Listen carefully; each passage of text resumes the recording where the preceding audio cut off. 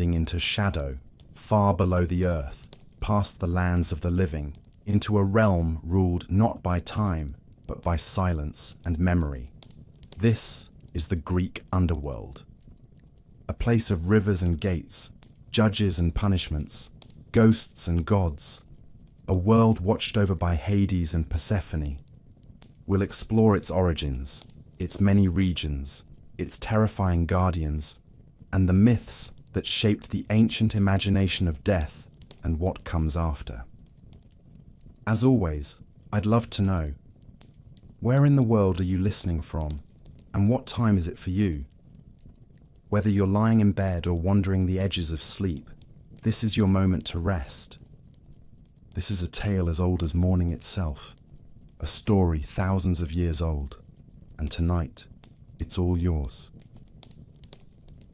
Before Olympus rose in gleaming marble, and before the thrones of the gods were forged upon the heights of the world, there was only the great silence. No fire burned, no wind stirred, no sun broke the stillness with its light. The cosmos, in its earliest form, was a thing without form, without motion, without end or border.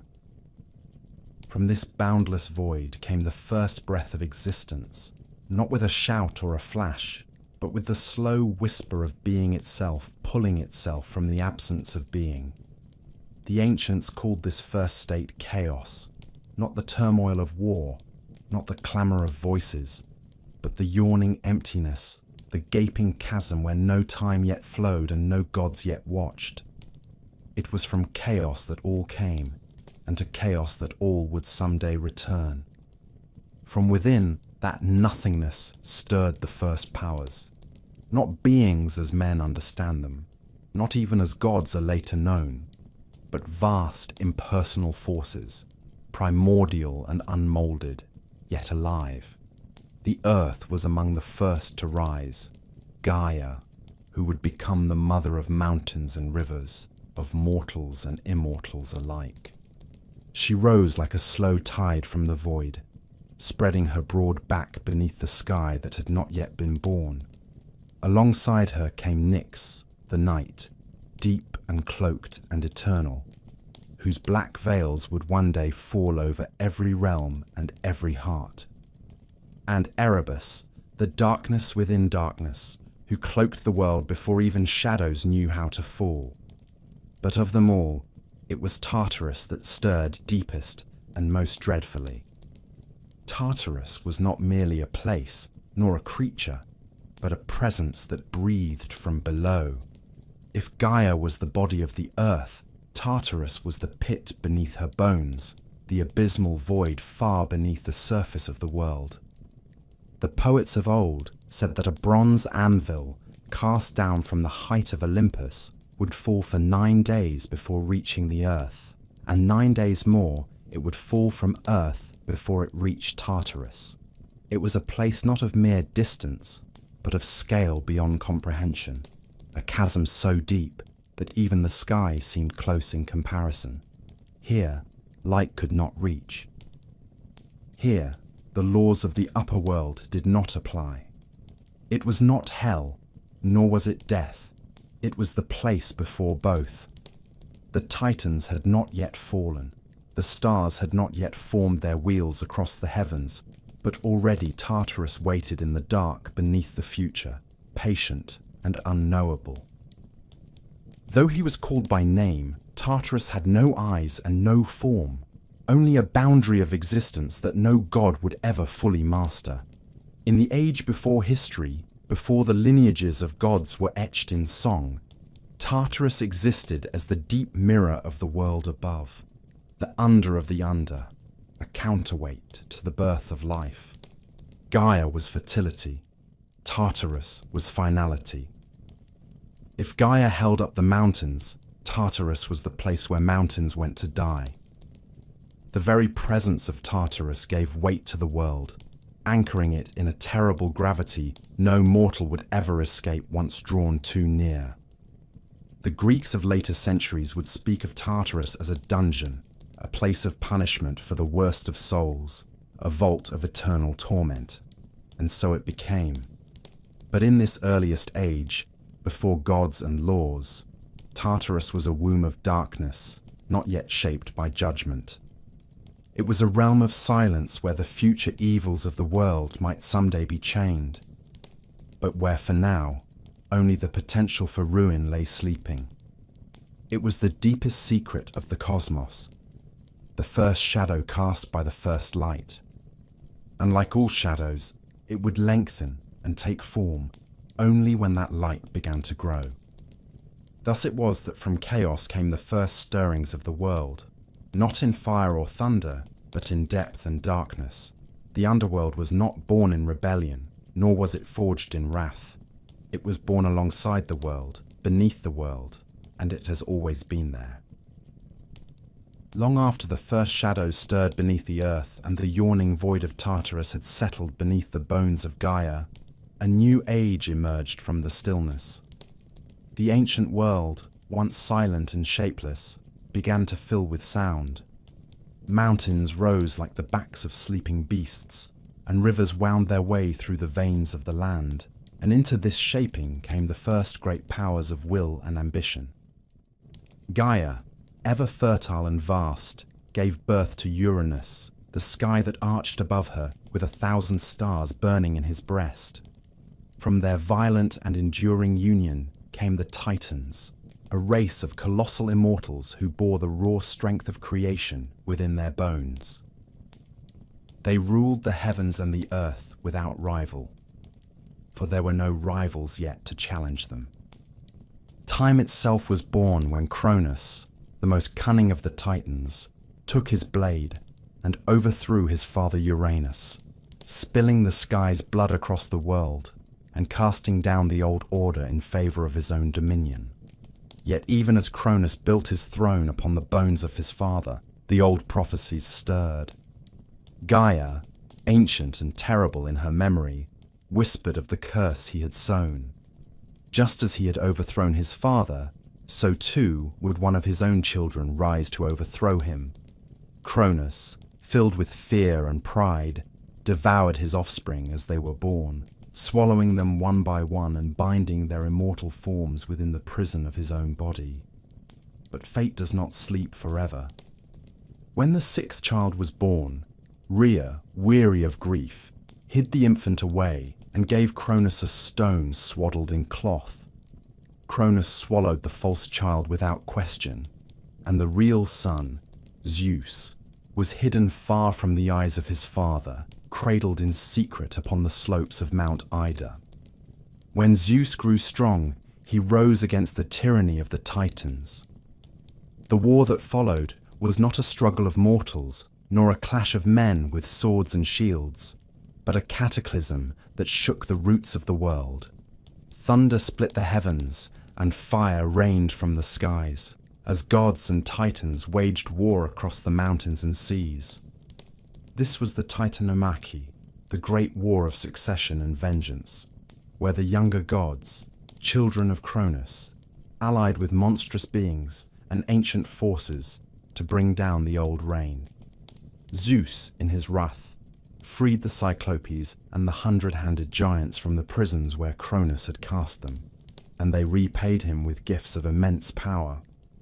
To Hades they gave a helm of shadow, to Poseidon a trident that could shatter the earth, and to Zeus himself the lightning that would become the symbol of his kingship. Armed with these tools of war, the Olympians rose against the Titans and cast them down in a storm that lasted a decade. When the last of the Titans fell and the war had ended, the new gods stood amid the ruins of the world they had inherited. The Titans who had fought against the Olympians were bound in chains of unbreakable adamant and hurled into the pit of Tartarus, that ancient abyss whose mouth gaped still beneath the deepest roots of the world. There they were, locked behind bronze gates and ringed with walls that no force could break, guarded by the 100-handed ones who had once been prisoners themselves. Zeus, having led the revolt and struck down Cronus with his own hands, claimed the sky as his throne. The bright air and storm-wreathed heavens would be his dominion, and he would be the king of gods and men. To Poseidon, who had shattered mountains and split the seas during the war, Zeus granted dominion over all waters, from the deepest ocean to the streams that wound through valleys and mortal lands. To Hades fell the third realm, drawn by lot and sealed by divine law. He did not speak out in protest, nor seek to alter the judgment. He accepted the realm that was granted him, though it lay far from the sunlight and the joy of Olympus. Hades descended into the depths of the earth and made his seat beneath the world, claiming the underworld as his own. He did not inherit it as a prize, nor take it by conquest, but took possession of what had always been waiting. In the endless gloom and damp silence of the underworld, he made his home. From the darkness of the rivers to the mist-shrouded plains where the dead wandered, he built his kingdom stone by stone and law by law. He was not banished nor cast down. He was crowned by fate and by the will of the gods.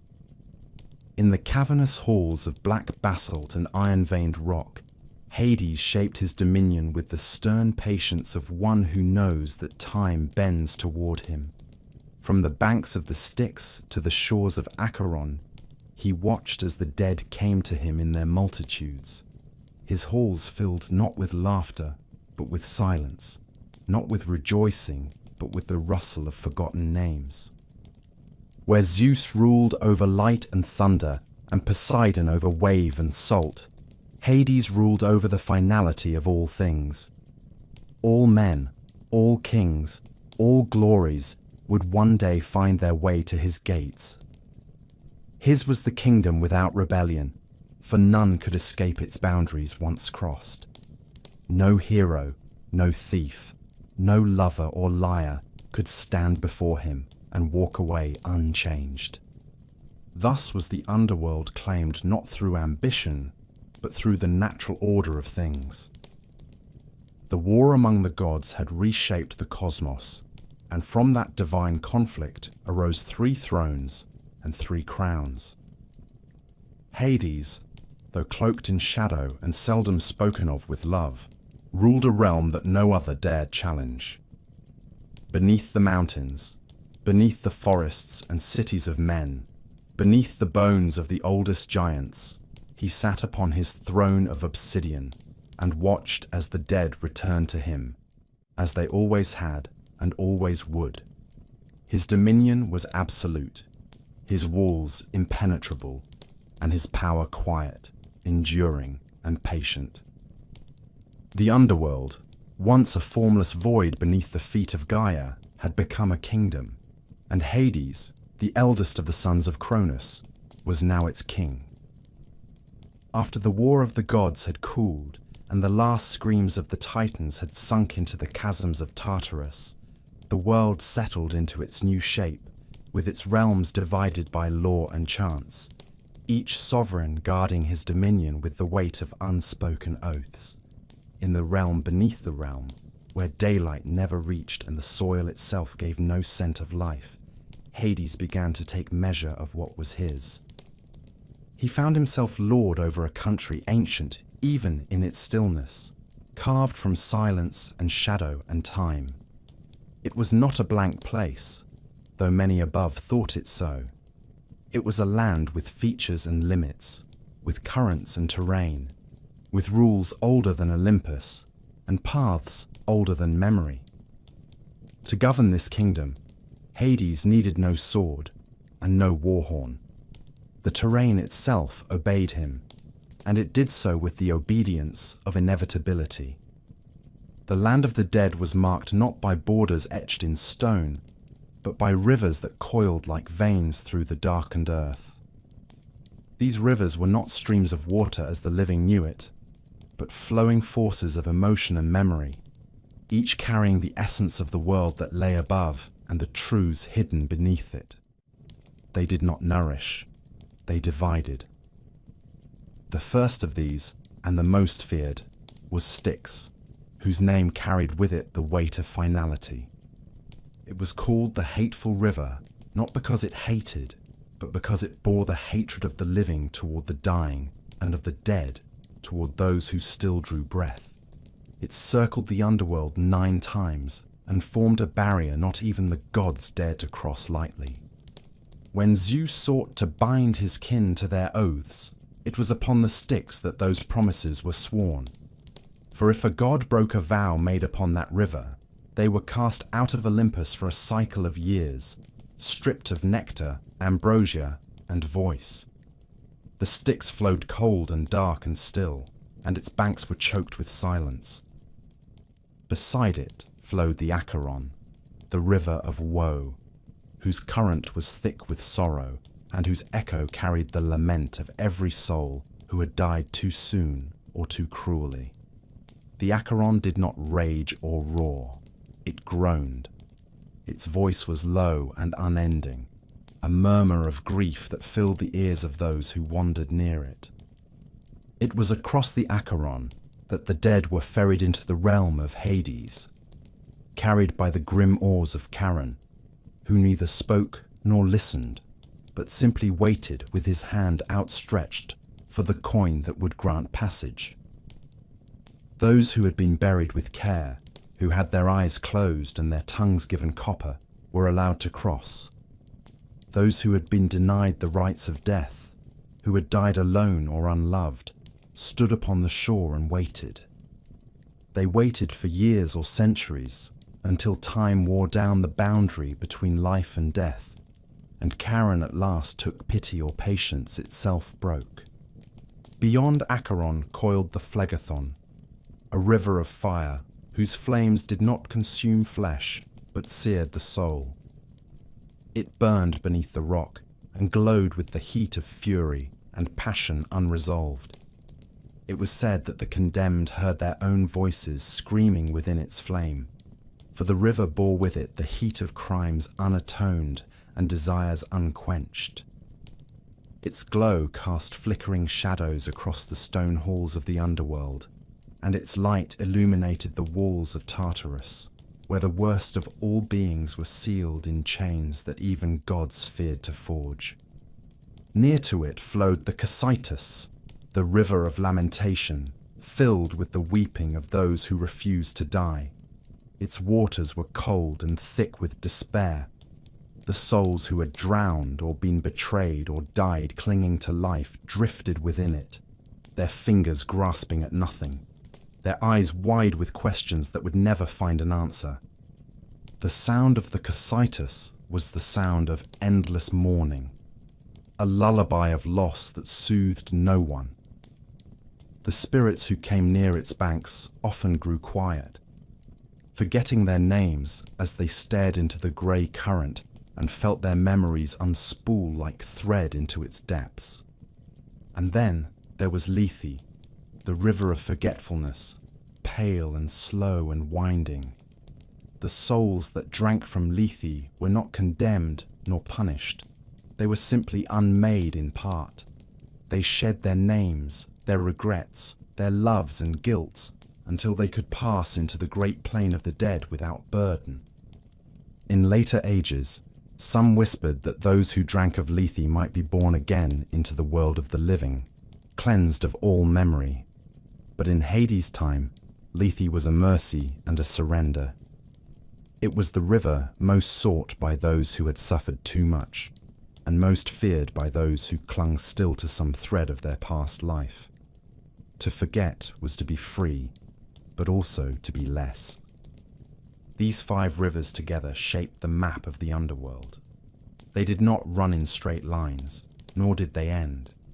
They bent and twisted, looping back upon themselves and flowing through caverns and tunnels that even Hades did not always trace. They were not paths, they were boundaries. And for the souls who came to the underworld, they marked the moment of no return. To cross the Styx was to be dead in truth.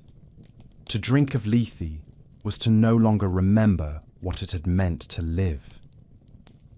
The rivers divided the world above from the world below, and once their currents had touched a soul, that soul belonged to the kingdom of Hades.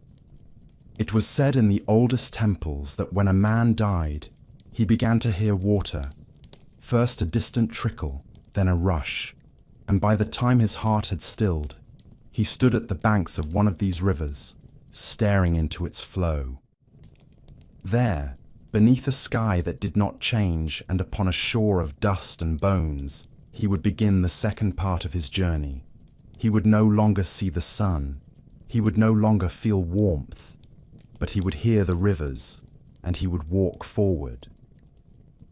Beyond the rivers that cut through the underworld like ancient wounds, deeper still beneath the crust of the world, lay the true breadth of Hades' kingdom.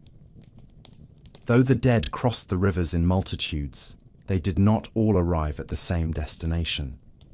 The underworld was not a single hall or a hollow cavern, but a realm with depth and tier, a vast dominion carved by fate and governed by law.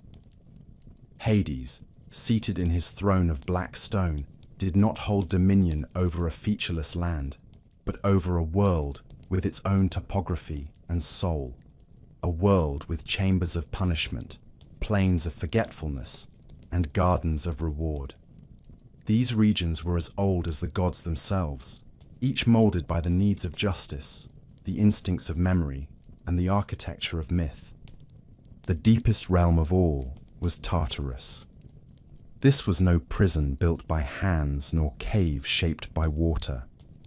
Tartarus was a void of depth beyond reckoning, a place so far below the earth that it seemed to exist beneath the concept of place itself. Even the gods feared its name, and none entered it, save to cast others in. It was here that the Titans, once proud lords of the world, lay shackled in darkness, bound in chains of bronze, and silenced by the will of Zeus.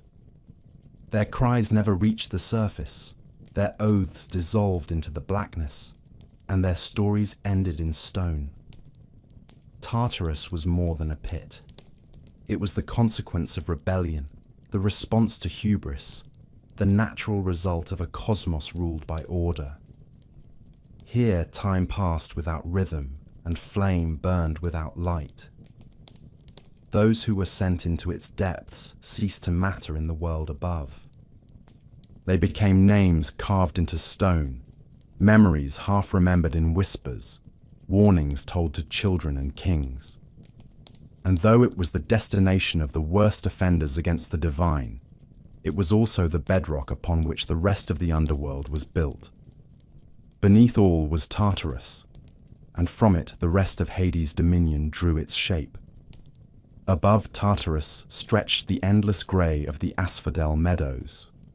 This was the place where most souls came to rest, the quiet fields that stretched from one forgotten hill to another.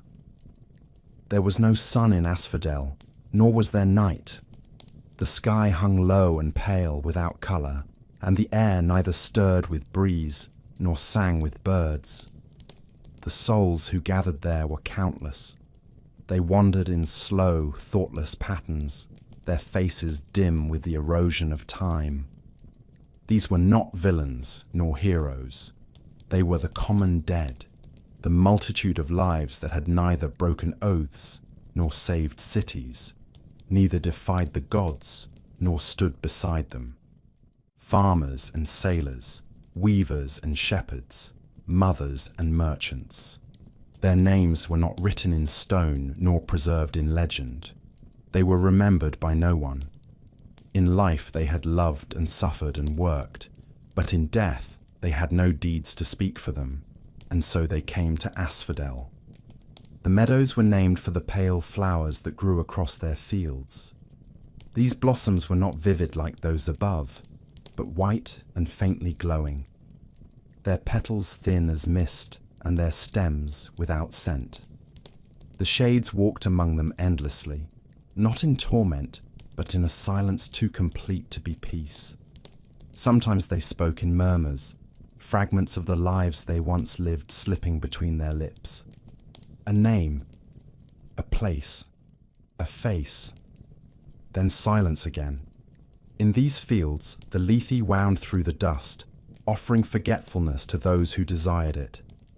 Many drank and lost themselves entirely. Others sipped and clung to fragments. Few held on to everything.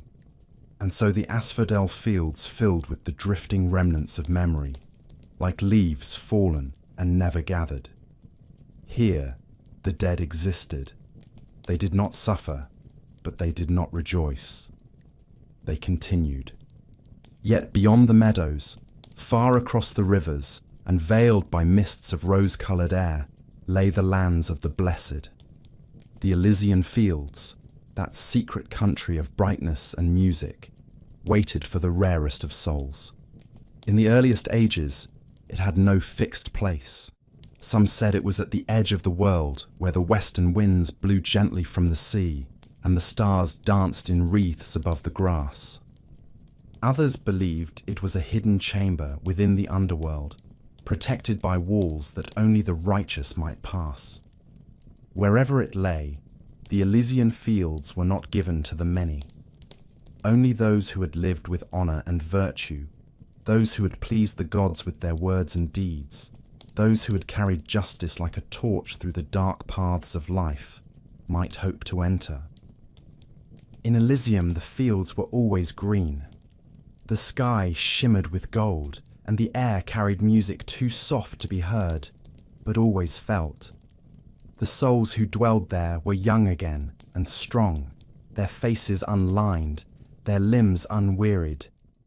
They did not wander as the shades of asphodel did. They feasted and hunted and sang. Heroes met one another in eternal embrace. Poets recited verses that never faded. Warriors rode horses that never tired. There was no night, no hunger, no grief. It was not reward for wealth nor lineage. It was reward for the spirit, for the courage of the heart, and the dignity of the soul. At times, the judges of the dead sent a soul there without hesitation. At other times, they deliberated long, and in the end, denied. The journey to Elysium was not one a soul could take alone. It was granted. And for those who reached it, there was no need for Lethe. They remembered everything, and nothing in their memory brought sorrow. Some said that a soul who reached Elysium 3 times through 3 lives might one day ascend beyond all lands and dwell among the gods themselves on the Isles of the Blessed. But few did. Most who entered Elysium remained content. They had passed through life and through judgment, and had arrived in a place where time did not wound, and where the sun never failed. Thus the kingdom of Hades revealed its many faces. Beneath all was Tartarus, where rebellion ended and justice endured. Above it stretched Asphodel, where the quiet dead drifted like wind across pale fields. And beyond, shining like a lantern at the end of the world, lay Elysium, the resting place of the righteous. These were the lands over which Hades ruled with silence and certainty, with the gaze of a god who did not forget, and with the patience of stone. His kingdom did not shift with the tide or break with the storm. It held firm beneath the earth, waiting for every soul who would someday come to it. In the high halls of Olympus, where gold shone beneath the clouds and ambrosia passed from hand to hand among the immortals, there sat a throne that remained forever vacant. It was not out of rebellion nor exile that its master kept away. It was because the realm he ruled demanded his full and undivided presence. While Zeus lifted his scepter over the living and Poseidon stirred the ocean depths with his trident, their elder brother Hades remained below, unseen and uninvited. Not because he lacked power, but because the place he governed lay in the realm beneath remembrance. His was a kingdom vast and ancient, a dominion not built upon conquest or devotion, but upon the unchanging truth that all living things, sooner or later, must come to him. Hades was not a god of cruelty, nor a lord who delighted in agony. He did not rage as Ares did, nor scheme as Hermes did, nor seduce as Apollo did. He was the most solemn of the brothers, the most enduring, the most unyielding. His visage was stern, and his presence still. He did not chase war or revelry or the affection of mortals. He did not stride across battlefields or breathe storms across the sea. He sat in the deep, surrounded by stone and shadow, and held dominion over the end of every tale. His realm was one that could not be avoided and could not be resisted. All men who drew breath owed him a debt, and when that debt came due, they were gathered to his halls without exception or delay. Though he was called God of the Underworld, Hades was also called the god of what lies beneath. The riches of the world, whether they be gold or silver, or the harvest pulled from the soil, belong to him. For all things that came from the earth passed through his domain. Some among the Greeks began to call him Pluton, the giver of wealth, for even the grain that fed the cities owed its existence to the soil that answered to his name. Yet Hades did not smile upon temples nor seek prayers. His worship was quiet, his rites solemn, his shrines tucked into caverns or buried in groves no light could reach. Men did not raise statues to him in the city squares. They buried offerings in the ground and spoke his name with averted eyes, for his presence stirred something old and cold in the hearts of the living. In the palace of the Underworld, carved from the black rock of the world's bones, Hades ruled with order and precision. His throne stood upon a dais of obsidian, his fingers wrapped around a scepter crowned with a bird of prey. Upon his brow sat no crown of gold, but a circlet of iron, dark and heavy and unadorned. At his side hung a key forged in the beginning of time, the master of every lock in the land of the dead. It was said that once a soul passed the gates into his kingdom, the key would turn behind them and seal the door, and not even the gods could unfasten it without Hades' will. His helm of darkness, gifted to him by the Cyclopes in the time before the war with the Titans, granted him invisibility not only to mortal eyes, but to the very awareness of the world. With it, he could walk unmarked among gods and men alike, unseen and unknown, for the presence of death is always near and always hidden. He was called Polydegmon, receiver of many, for his halls never emptied and his gates never closed. The flow of souls into his realm was endless and without distinction. Kings and slaves, warriors and children, shepherds and tyrants, all stood equal before his throne. He asked no tribute of the living and offered no pardon to the dead. His justice was not vengeance, and his laws were not mercy. They were final and absolute. He did not take life, nor did he shorten it. He only received what had been claimed by time or fate or the careless hand of man.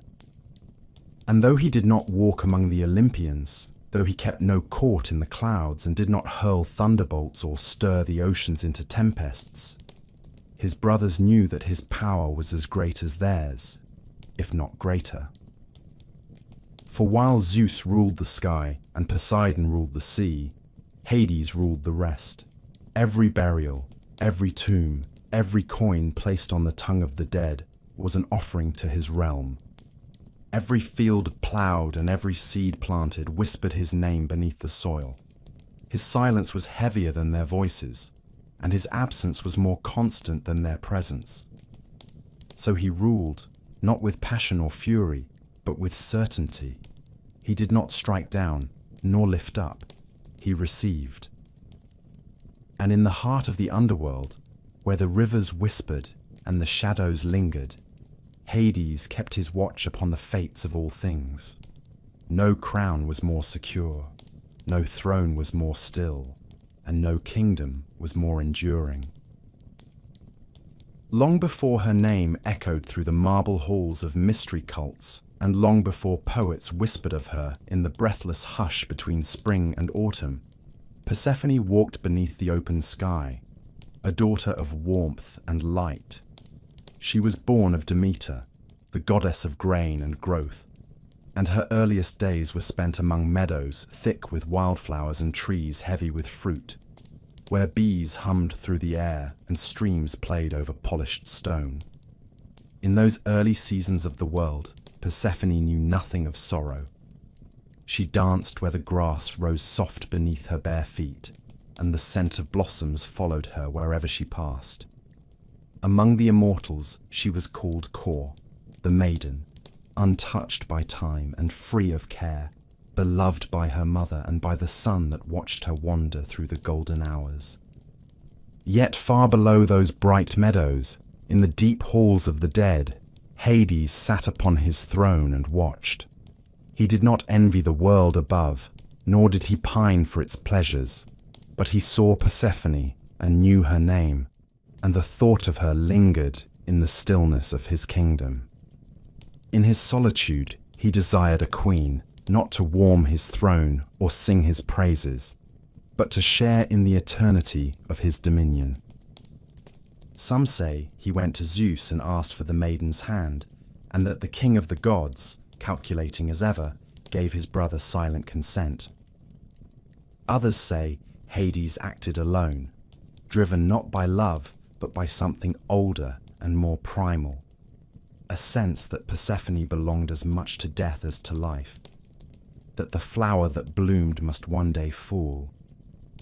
One day, as Persephone wandered alone in a field beyond the sight of her companions, her hands full of crocus and hyacinth and violets wet with dew, the earth beneath her feet began to tremble. A sound rose from below like a groan pressed through stone, and the soil cracked open into a chasm that widened with terrible grace. From the depths came a chariot pulled by horses darker than the night and swifter than the wind. Hades stood in its shadow, crowned and silent, and with a single outstretched hand, he seized her. There was no cry loud enough to reach Olympus, and the flowers fell from her grasp as the chasm closed again and sealed her fate. The meadow returned to silence, but the world had changed. Demeter searched the earth with the desperation of a goddess who had lost the one thing she had never feared to lose. She wandered with a burning torch through cities and fields, across mountains and over oceans, refusing rest and shunning the company of gods and men alike.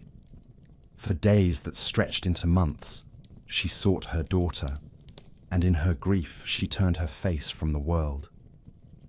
Crops withered. Trees bore no fruit. The rivers ran thin and the soil cracked beneath the hooves of cattle. Mankind, starving and confused, cried out for mercy, but no answer came from the fields. The earth itself mourned with Demeter, for it too had loved Kor and now felt the emptiness of her absence. At last, the truth was brought to light. Demeter learned that Hades had taken her daughter to the underworld and that Zeus had permitted it to happen without her knowledge. Her grief turned to fury, and she climbed to the heights of Olympus with words sharp as frost, demanding that Persephone be returned at once. Zeus, faced with famine spreading across the mortal world and the withering of all things born of earth, yielded to her wrath. He sent Hermes, swift-footed and golden-tongued, down into the kingdom of the dead to carry the message. Persephone was to be freed and brought back to her mother, and the earth would be restored. But Hades, cunning and solemn, did not forbid her return. Instead, he invited Persephone to sit beside him one last time in his palace of stone. He offered her a bowl of seeds from the pomegranate, a fruit that glowed like rubies in the gloom. She took them and ate. Some say she consumed 3 seeds, others say 6, but however many passed her lips, they bound her. For all who eat of the food of the dead are claimed by the realm of Hades, and though they may walk again beneath the sky, a part of them always remains below. When Hermes arrived, Persephone rose and followed him. She returned to the world of sun and sky, to the arms of her mother and the songs of birds. But she was no longer Kor. She had seen the land beneath the roots of the mountains, had walked among the asphodel, and tasted the silence of the tomb. Her eyes no longer held only innocence, and her step bore the weight of knowledge that could not be unlearned.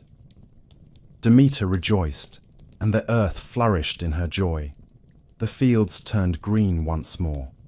The wheat ripened in the sun. The vines bore fruit, and the orchards sighed beneath their burden. But even in her gladness, Demeter knew the bargain was incomplete. Persephone had eaten the food of the underworld and could not remain above forever. And so, an agreement was struck, ancient and binding. For part of the year, Persephone would dwell with her mother, bringing spring and harvest to the land. For the rest, she would descend once more into the halls of Hades and take her place beside the god who had claimed her. When she rose, the world blossomed. When she fell, it withered. The cycle turned and returned, and the seasons took their rhythm from her footsteps. In time, Persephone ceased to be a child of meadows and became a queen in her own right. She ruled beside Hades, not in silence, but with a voice that commanded gods and shades alike. Her name was spoken in the sacred rites of Eleusis. Her face was painted on urns and carved into marble. She was the daughter of Demeter and the wife of Hades, the maiden and the sovereign, the bringer of life and the guardian of death. She walked the underworld not as a prisoner, but as a judge, and even the Furies bowed their heads when she passed. Her presence brought balance to the realm. Where Hades ruled through law, Persephone ruled through memory.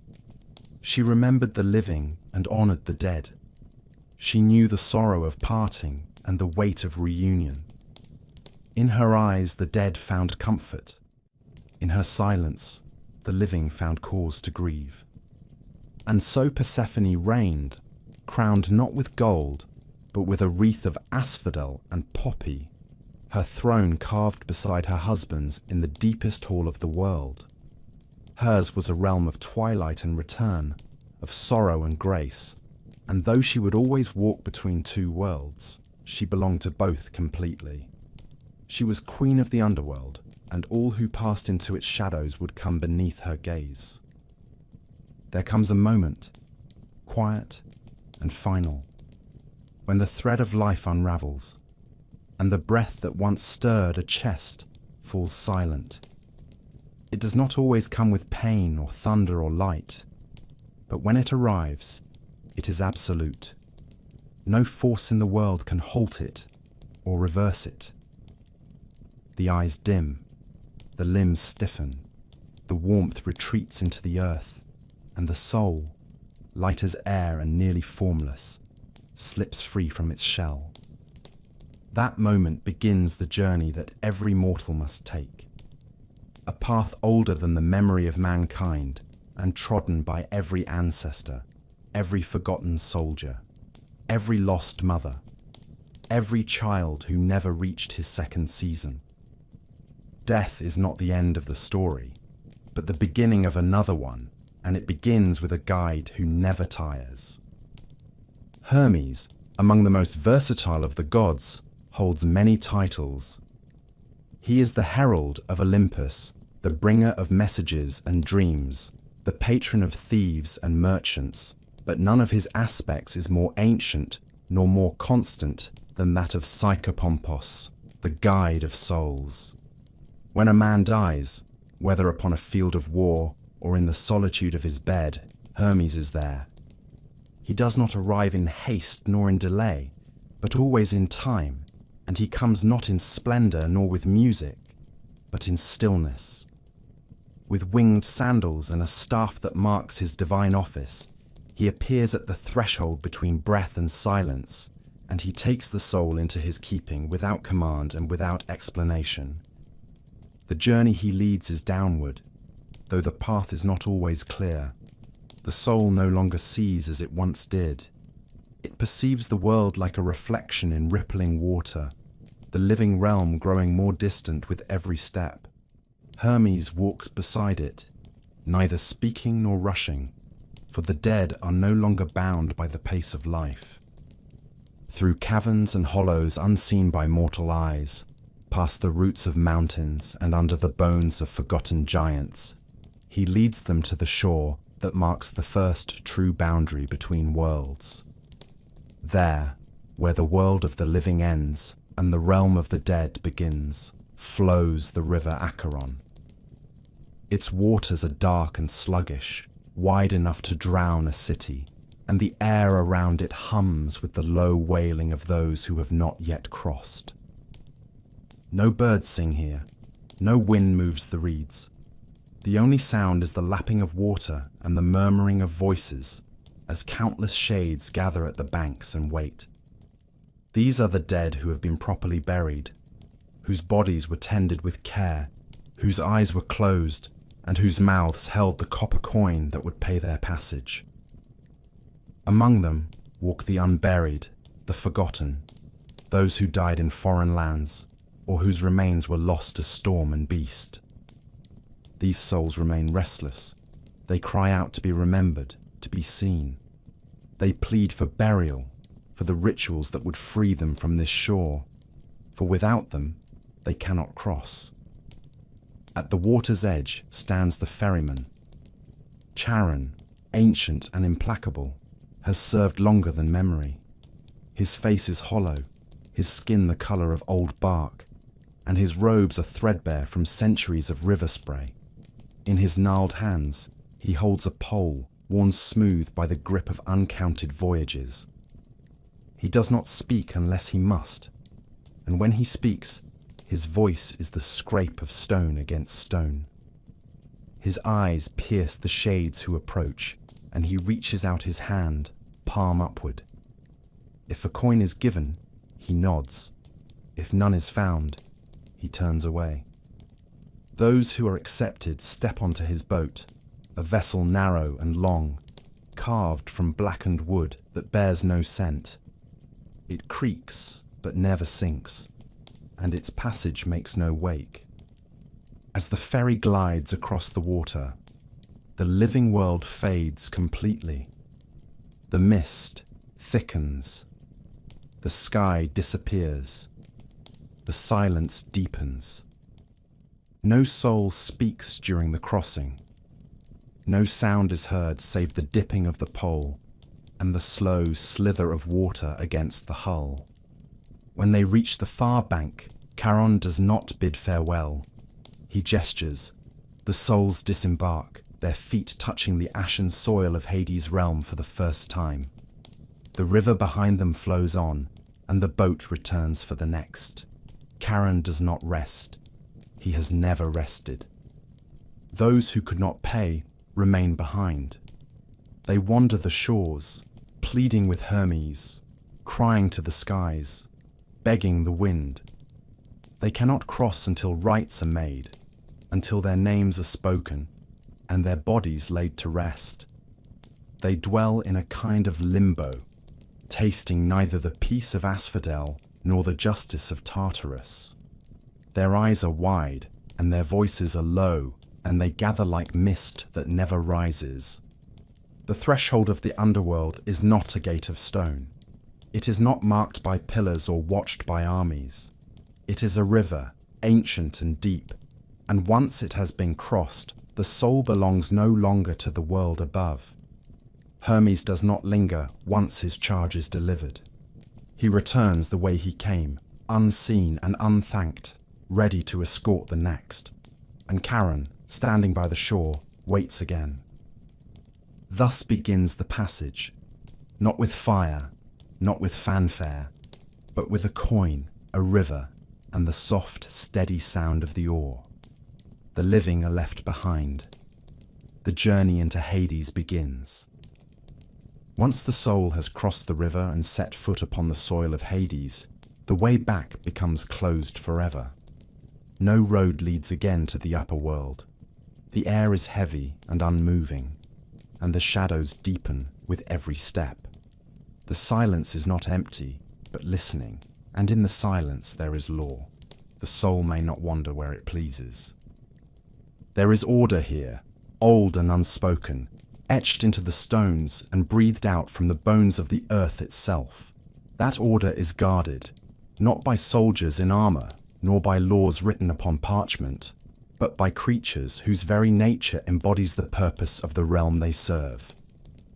The first of these stands at the gates.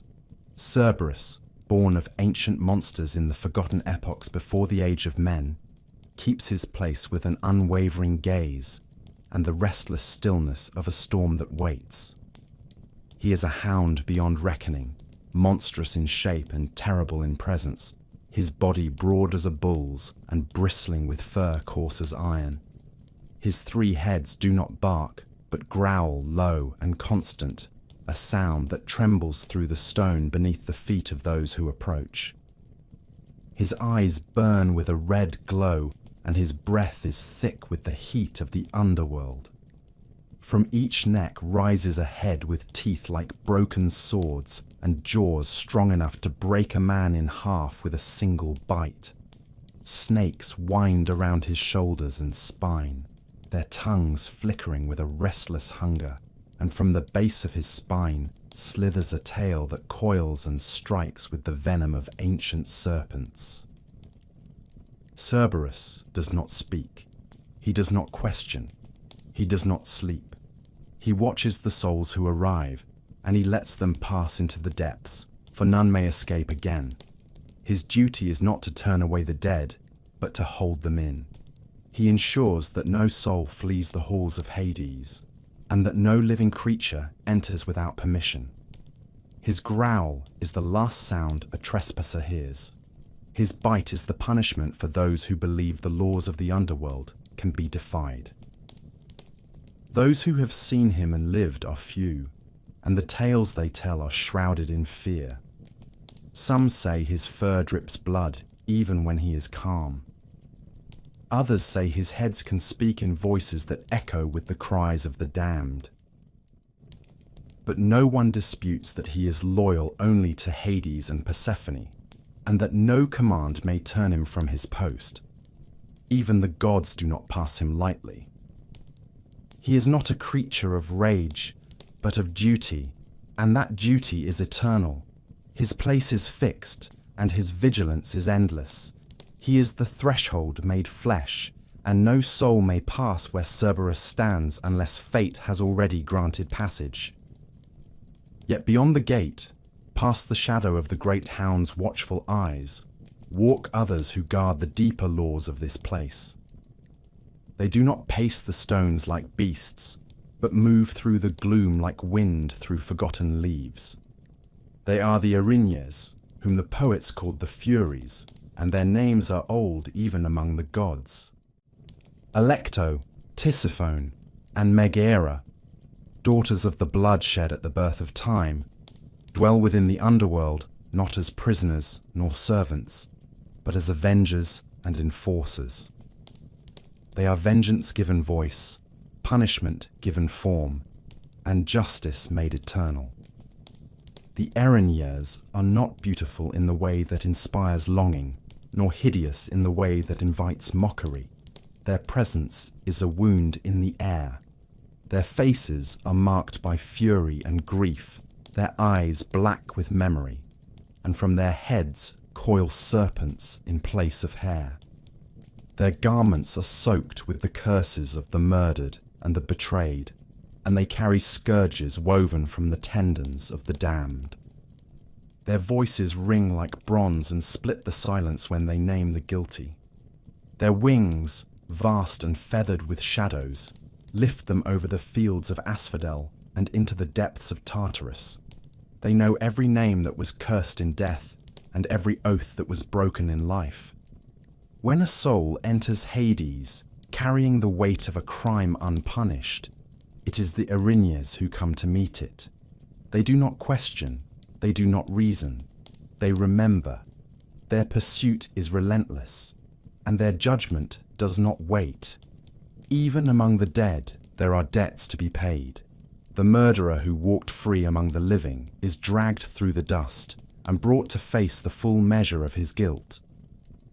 The oathbreaker who smiled in temples and lied before altars is laid bare. The betrayer who fed falsehood to kin or turned away from sacred duty finds no shelter. The Erinyes do not rest and do not forget. Time does not lessen their fury. The passing of centuries only strengthens their resolve. They do not serve Hades in the way a soldier serves a king. They act within his realm, but are bound to laws even older than his throne. They are the enforcers of cosmic balance, and their allegiance is to justice itself, the kind that predates civilization and religion, the kind that rises from the very bones of the world. Even Hades does not command them. He respects their work and honors their purpose. And when they come to his court with a soul in their grasp, he listens and he allows them to pass. No petition softens them. No prayer delays them. The guilty are taken. The innocent are untouched. Together, Cerberus and the Erinyes stand at the edges of Hades' power, two forces made to guard what must be guarded and to punish what must not be allowed to pass unnoticed. They are not brothers, nor are they allies in arms, but each performs a duty that shapes the structure of the realm. Cerberus ensures that the border between death and life remains intact. The Erinyes ensure that no crime, whether of blood or vow, escapes judgment. The one watches the gate. The others walk the corridors of guilt and memory. And so, once the soul has crossed the river and passed through the gates, it does so under the watch of these eternal sentinels. There is no escape. There is no concealment. There is only the beginning of the reckoning. In the land of the dead, justice wears many faces. Some are silent, some are monstrous, some are as old as night itself. Beneath the vaults of the underworld, past the rivers that mark the end of breath and the guardians who watch the gate, there lies a great and silent hall. Its roof is carved from stone older than mountains, and its pillars rise from the bones of the earth itself. There are no banners in this hall, no music nor golden torches, only the hush of dust and the steady echo of footsteps long faded. It is here that every soul must come after crossing the river, and it is here that the reckoning begins. Before any shade may pass into Asphodel, or be cast down into Tartarus, or lifted into the meadows of Elysium, it must stand in the presence of the judges. These are not kings of men, nor gods of war, but ancient rulers whose wisdom was proven in life, and whose justice endures in death. They are Minos, Rhadamanthus, and Aeacus, and they do not forget. The souls of the dead do not choose where they will dwell. That choice was made by the way they lived. They carry with them not gold, nor weapons, nor relics of the world they have left behind, but the truth of their deeds, and before the judges, nothing is hidden. There is no advocate, there is no plea.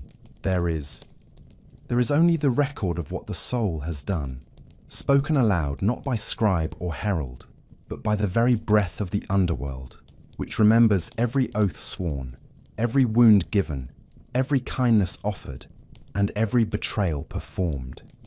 In that vast hall, the truth is not a thing argued or weighed in speech. It rises from the soul itself, unveiled and undeniable. Aeacus, who in life ruled the island of Aegina, and was famed among mortals for his strict but fair rule, now keeps the keys to the very gates of Hades. He is the first to receive the dead, his eyes heavy with the long patience of centuries, his judgment swift and clear. He hears the stories of those who once walked beneath the sun, and he listens with a silence that presses down like the weight of stone. He asks no questions, for the dead cannot lie, and their fates are already bound in the thread of what they chose to do when breath still moved through their chests. When he speaks, his voice is the voice of ancient laws, and the doors behind him open or close according to his will. Rhadamanthus, the second of the three, ruled Crete in the age before memory, and even in life his name was spoken with reverence and dread. In the underworld, he is given the souls of those who came from the lands of the east, and it is he who weighs their merit and their shame. He is said to be the most unbending of the three, for he does not temper justice with pity. Where others may forgive the weakness of the flesh, Rhadamanthus considers only the intention and the consequence. Those who spoke truth in darkness, who held to honor when no one watched, find favor in his gaze. Those who sinned in secrecy or wore virtue as a mask are revealed for what they were. It is he who directs the righteous to Elysium, and those who earn his nod are carried away on the breeze that leads to the fields of the blessed. Last is Minos, once the king of all Crete, who received the laws of the gods and bound his people to order with chains of fairness and command. In death, he sits at the center of the hall, the final judge whose decision binds the fate of every soul. He does not speak first, but always speaks last. Where Aeacus holds the keys and Rhadamanthus casts the first verdict, Minos listens to both and brings their judgments to a single end. He is the one who considers when the other two disagree, and it is his word that echoes through the hall and sends the dead to the place prepared for them. The poet said that he sat with a golden scepter in his hand, and that when he lifted it, the wind itself fell still. The three judges do not argue. They do not deliberate in whispers. Their roles are carved as deeply into the underworld as the rivers and the halls. Each soul that comes before them is measured without delay and without favor. It does not matter if the soul belonged to a king or a beggar, a priest or a thief. The same silence greets them all. The same cold floor receives their footsteps. The same gaze watches them until their truth is spoken. There are no second chances in this court. The judges are not cruel, but they are complete. Those who are good are rewarded, and those who are wicked are cast down. But many fall into neither fate. These are the multitudes whose lives were small and quiet, whose deeds were balanced between sin and grace, whose days were spent in toil without great betrayal or great sacrifice.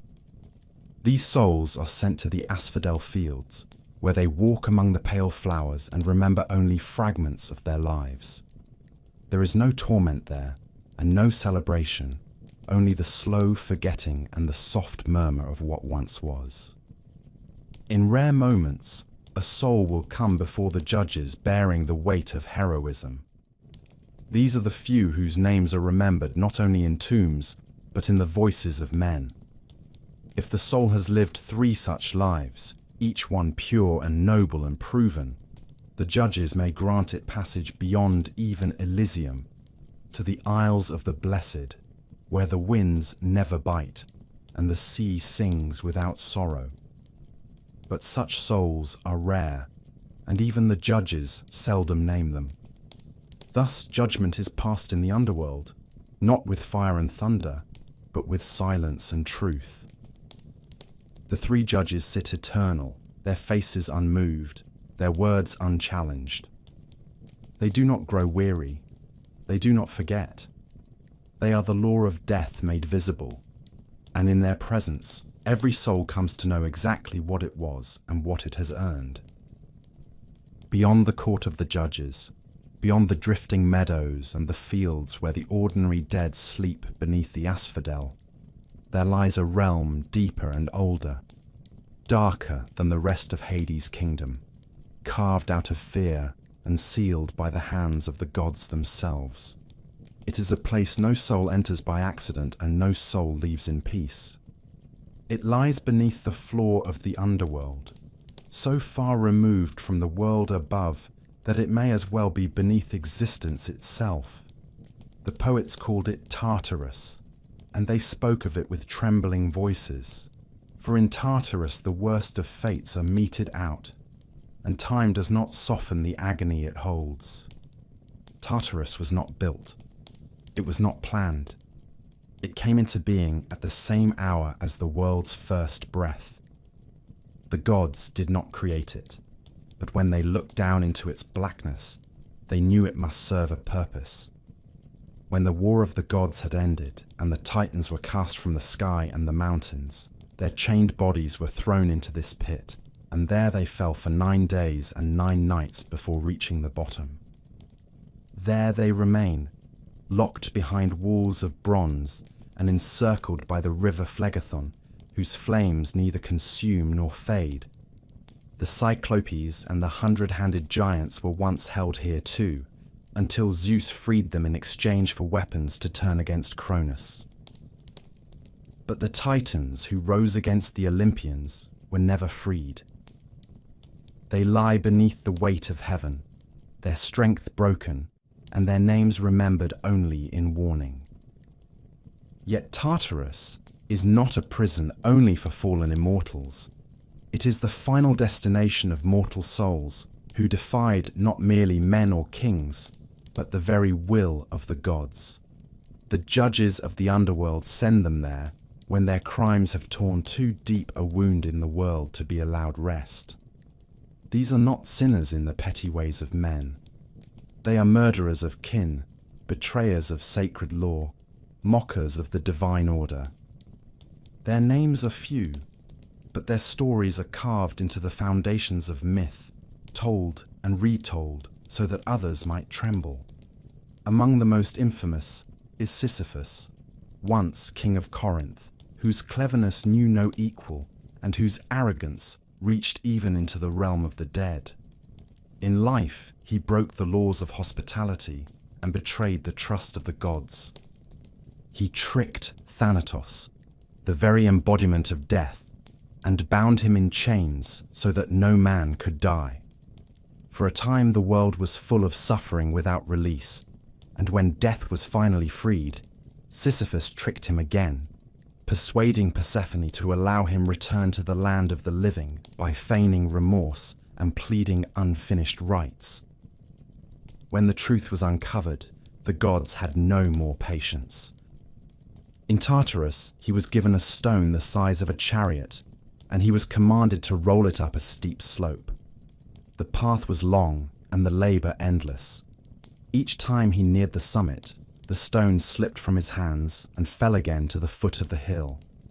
And so he labors still, never finishing, never resting, the weight of his deceit bearing down on his shoulders for all eternity.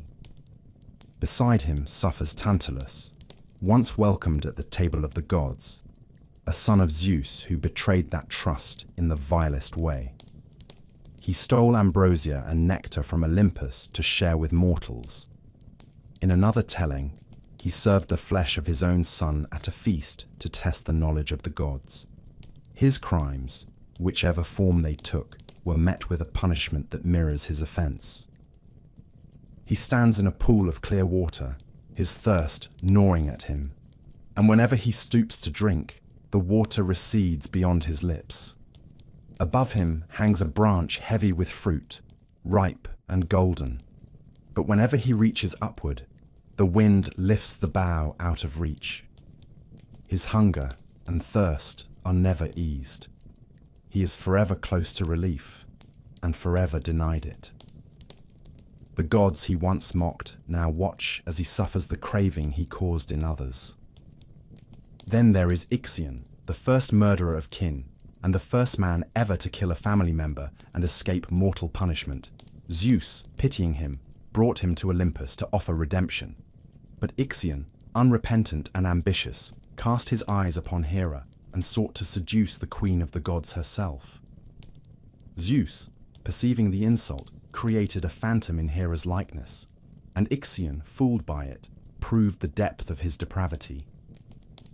For this offense, he was bound to a wheel of fire which spins without end through the skies of the underworld. His arms and legs are stretched across the turning spokes, and his screams echo in circles that never break.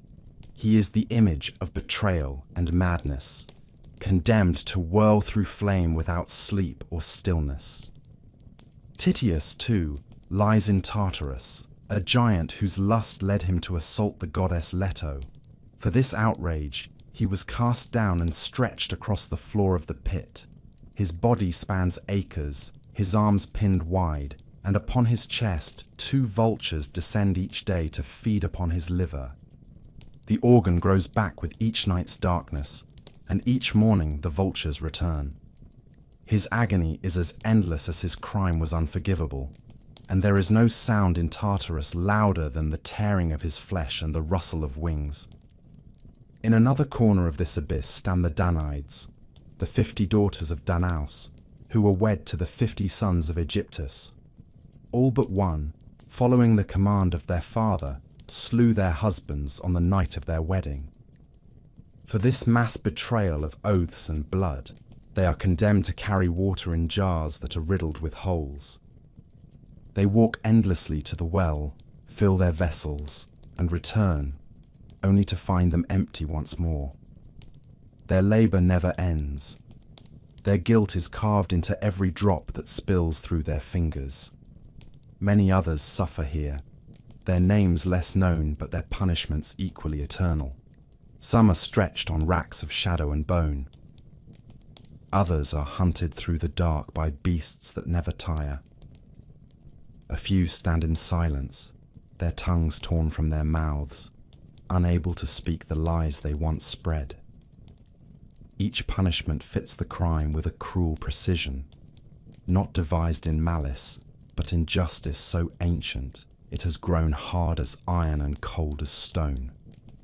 There is no mercy in Tartarus, only balance.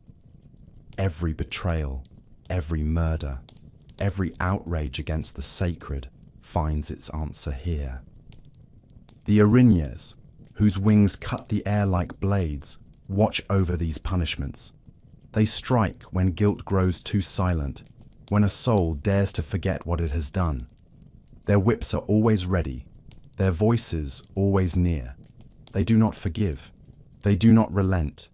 They exist to see that nothing is forgotten and that no evil sleeps peacefully. Tartarus is not chaos. It is order carried to its farthest end. It is the mirror of Olympus, dark where the heavens are bright, still where the mountains are loud, cold where the sun is warm. It is the place where the worst parts of the world are buried and watched so that the rest of the world may continue. And so it remains, below all things, sealed in shadow, deep as fear, guarded by flame and silence. The titans lie chained, the sinners suffer, the gods look away, but Tartarus waits forever. Beyond the chasm of Tartarus, and far from the golden meadows of Elysium, stretching across the middle reaches of Hades' domain, lies a land neither cursed nor blessed, neither crowned in suffering nor lit by glory.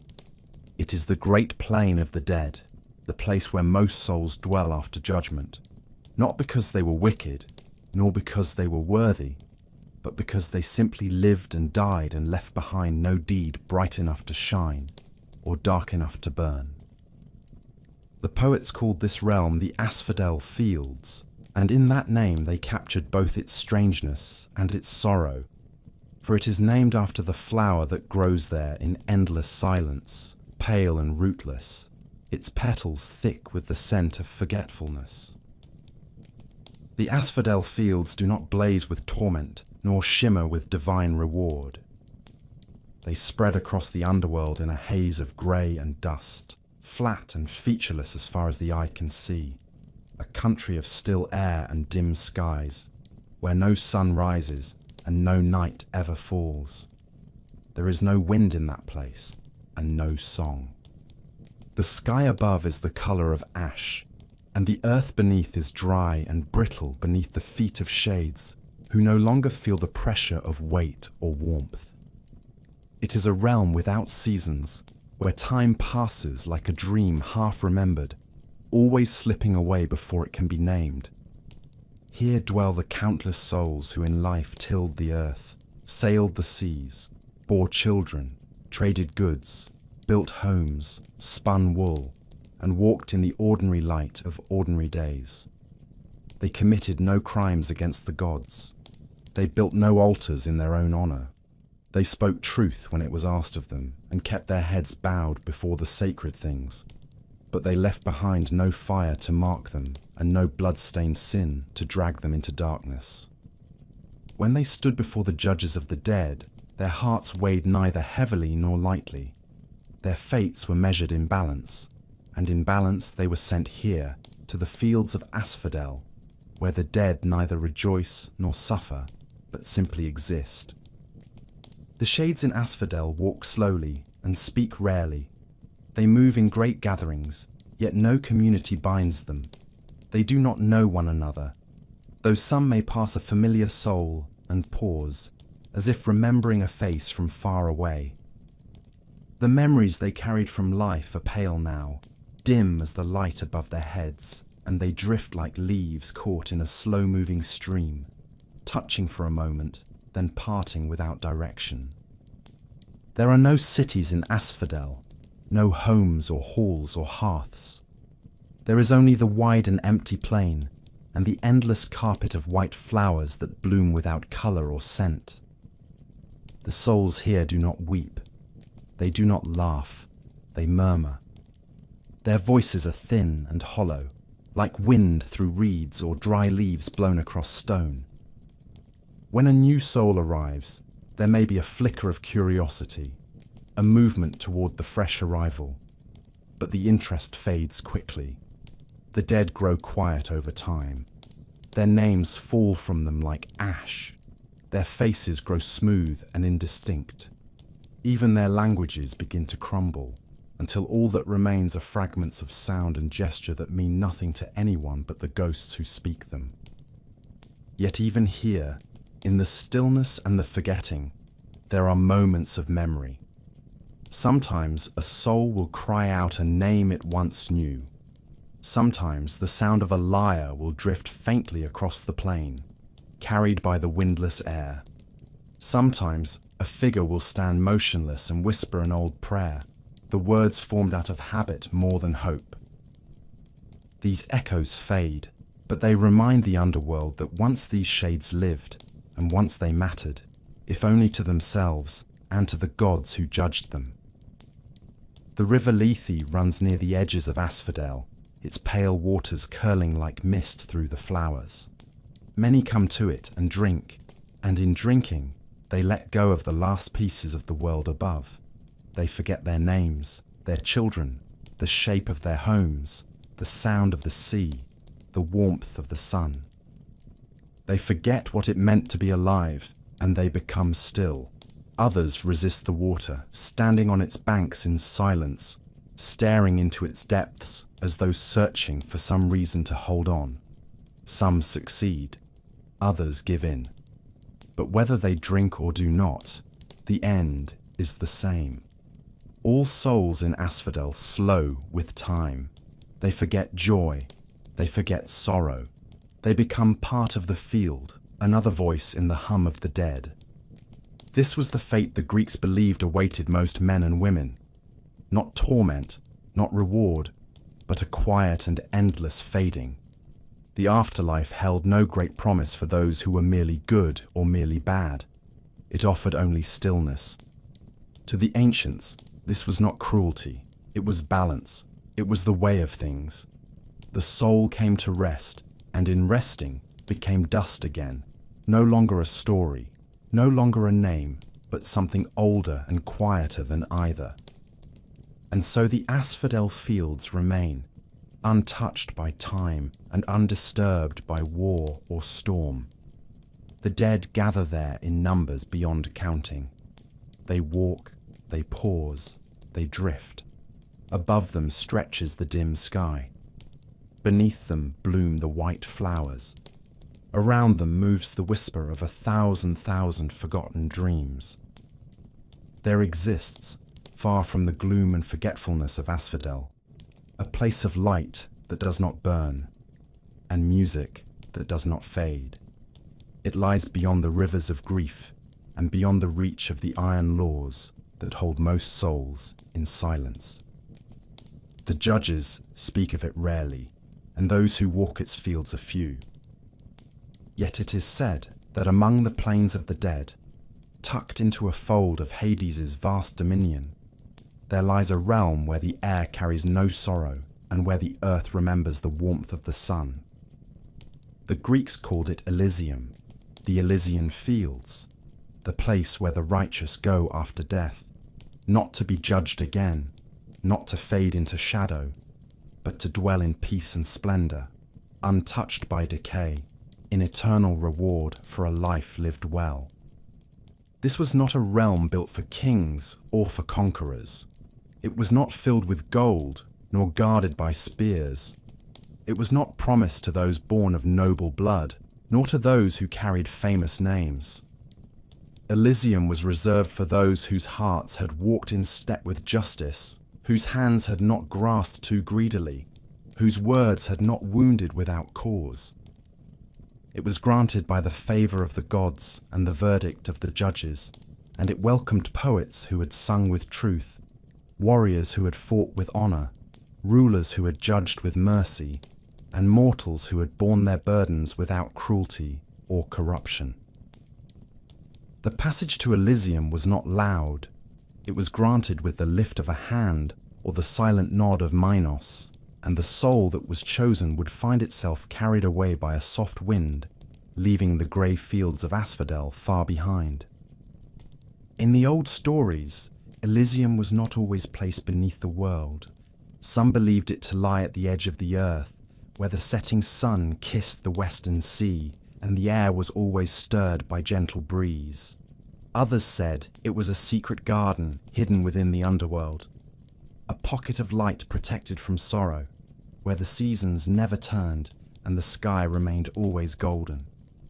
Still others believed that the souls who reached Elysium were born anew into lives of peace and then returned again, and that those who reached it 3 times would be sent finally to the Isles of the Blessed, a paradise even beyond paradise, where the gods themselves might walk in quiet companionship with the most favored of the dead.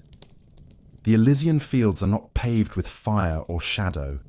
They are meadows that stretch into the distance, filled with flowers that never wither and streams that never run dry. The trees are always green. The sky above is blue and pale gold, neither burning with heat nor chilled by wind. The air smells of honey and morning rain, and the ground is soft beneath the feet of those who walk it. The dead in Elysium are not shades. They do not murmur or drift. They are strong and young again. They do not forget who they were. They remember everything, and the memory does not wound them. They greet one another by name, embrace as friends and kindred, and speak not of what they have lost, but of what they still have. There is no labor in Elysium, but there is no idleness either. The souls there pursue what brought them joy in life. Some hunt across the endless plains, their dogs running beside them. Some sit beside streams and play upon golden lyres. Some walk among the groves and recite old poems or speak the names of those they once loved, their voices ringing like chimes in the breeze. There is feasting, but no hunger. There is song, but no silence. Time moves, but it does not steal. The souls who dwell there do not fade. They endure, not as kings upon thrones or gods upon heights, but as men and women who have been given the rarest of gifts, a place to rest with dignity and without fear. Those who reach Elysium are honored, not because they were perfect, but because they lived with purpose and left no wound upon the world that could not be healed. Their reward is not glory, but peace. Their eternity is not one of conquest, but of beauty preserved.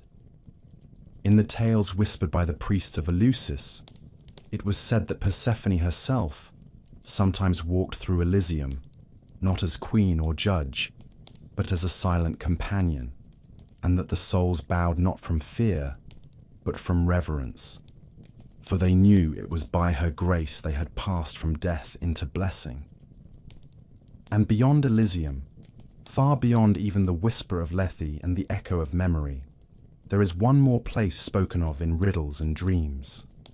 The Isles of the Blessed lie across the sea no ship can cross, in the west beyond the reach of storm and shadow. Only those who have lived 3 lives of virtue, each judged worthy by the sons of Zeus, are sent there. Few ever find it. Fewer still speak of it.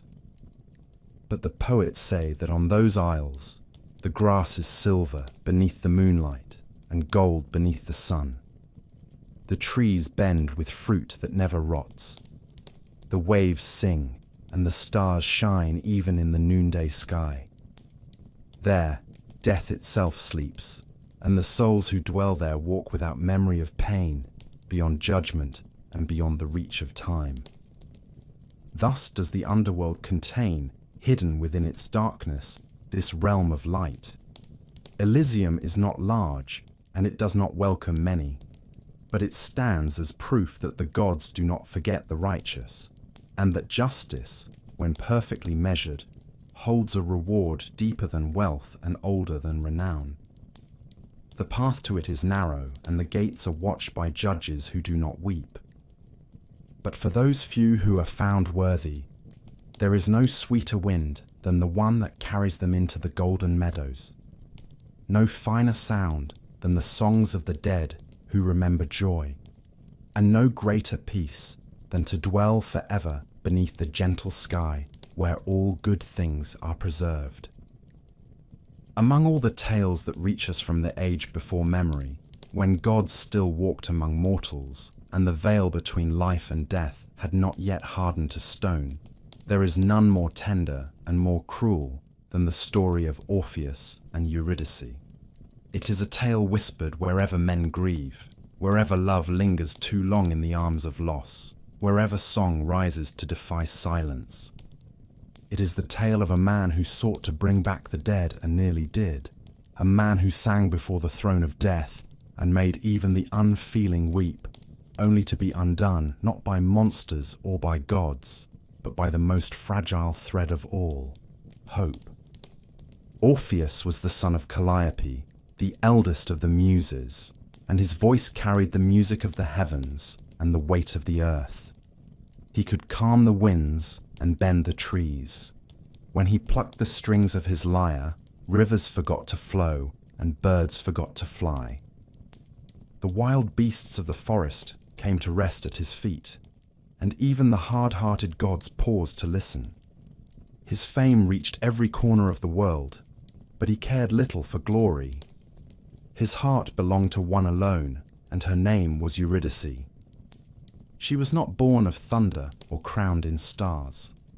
She was a daughter of the green fields, a child of warm mornings and quiet meadows, a mortal woman whose eyes held the promise of spring and whose smile silenced the noise of the world. Their love was not forged in war or bound by prophecy. It grew in secret and in joy, like ivy climbing a forgotten wall. When they walked together, the grass turned soft beneath their feet. When they spoke, the air listened. The world, for a time, seemed content to let them be happy.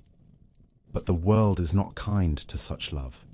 It endures, but it does not protect. One morning, as Eurydice wandered through the woods alone, she stepped into the path of a serpent. The fang pierced her skin, and the venom filled her blood with cold. She cried out once and fell, and the flowers around her bent low in mourning. When Orpheus found her, she was already gone.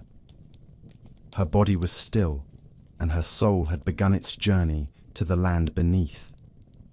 No cry he made could call her back. No song could wake her. The living could not follow the dead, and the dead do not return. Orpheus wept until the ground was soaked, and his lyre grew silent beneath his trembling fingers. Then, without warning or prayer, He rose and began to walk.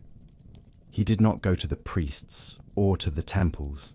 He did not seek counsel from kings or wisdom from the old. He walked to the edge of the world and found the mouth of the underworld itself. No mortal had descended by choice. No living soul had passed into that realm and returned whole. But Orpheus did not hesitate. He stepped into the darkness, his lyre slung across his back, his hands steady, his heart ablaze with sorrow that had turned to purpose. Cerberus, whose 3 heads had torn intruders limb from limb and whose bark silenced even heroes, lay down upon the stones and closed its eyes, lulled into sleep by the soft chords of the lyre and the low hum of morning that filled the hall. When at last Orpheus came to the throne of Hades, he did not kneel and he did not demand. He stood as he was, a man broken by grief and remade by love, and he began to sing. He sang not with power, but with truth. He told the story of Eurydice, not of her beauty, but of her laughter, not of her death, but of the way she once brushed her hand across his shoulder when the wind was soft. He sang of the days that were and would never be again. He sang of the emptiness that comes when love is taken and the world goes on. He did not beg. He remembered. And as he sang, the walls of the underworld trembled. The shades gathered in silence. The rivers ceased their weeping. Persephone turned her face away, and her eyes shone with something deeper than tears. Even Hades, who ruled all endings and saw the folly of mortal yearning, leaned forward in his seat and did not speak. When the song ended, the silence was a second music. Then Hades, who seldom granted mercy, gave Orpheus a single gift. Eurydice would be allowed to follow him back into the world of the living. She would rise from the halls of the dead and walk behind him. No soul had ever been given such a chance. But there was a condition, and it was simple in words, though heavy in weight. Orpheus must walk ahead of her, and he must not turn to look upon her until both had stepped once more into the sunlit world above. If he looked back, she would vanish forever. And so they began the climb. The way was steep, and the darkness thick. Orpheus walked without light and without sound, each footfall echoing louder than a drumbeat. Behind him, he could feel her presence.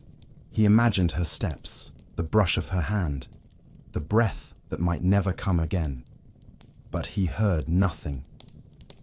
The underworld gave no comfort. The walls pressed close. The path wound upward, and still she did not speak. He could not know if she stumbled. He could not know if she followed. All he had was his trust, and the silence that surrounded it. At last, far ahead, he saw the light. The cave mouth opened like the eye of the world. The air shifted. The scent of trees and soil and rain touched his skin. He stepped forward, and the light wrapped around him like a cloak. And then, overcome by a fear too old to name, he turned. She was there. Her hand was reaching for his. Her face was soft and sad and filled with the beginning of a smile. And then she was gone. No scream. No sound. She faded like smoke, drawn back into the dark, and Orpheus stood alone beneath the sky. He called her name until his voice broke. He ran back into the cave, but the gate would not open again. He sang, but the songs no longer opened doors. The gods had given him a chance, and he had turned too soon. He wandered the world for the rest of his days, silent and unshaven, his lyre silent at his side. He would not sing for others. He would not laugh. When he died, torn by wild beasts who did not know the name he carried, it was said that his soul was taken to the underworld. And in those dark halls, he found her again. The story of Orpheus and Eurydice is not one of triumph. It is a song that ends on a broken chord, but it remains because it speaks to all who have loved and all who have lost. It is the memory of music sung in the face of silence, and of a man who dared to bring the dead home and almost did. The underworld keeps many secrets, but this one it lets echo again and again for all who dare to listen. There are tales that speak of love so deep it defies the grave. There are songs that praise the hero who walks into the shadowed land and returns, carrying the warmth of life back from the hands of death. But among the myths passed down from the time of bronze and fire, there also live stories of arrogance, of those who did not descend into Hades for love or redemption, but for pride, and who paid for that pride with the weight of centuries. Of these, none is darker and none more cautionary than the tale of Theseus and Pirithous, two heroes of great renown who dared to challenge the throne of the underworld, not through war or prayer, but through a plan that even the gods would call folly. Theseus was a prince of Athens, born of mortal blood and divine will, a man who traced his lineage to Poseidon and who had carved his name into legend with the edge of his sword and the weight of his deeds. He had journeyed through labyrinths and broken the spine of monsters. He had brought order where there was chaos. His name was spoken across the Aegean with both reverence and fear. Pirithous, king of the Lapiths, was his equal in courage, though perhaps not in wisdom. They had once fought each other, and finding themselves matched in battle, had clasped hands in brotherhood.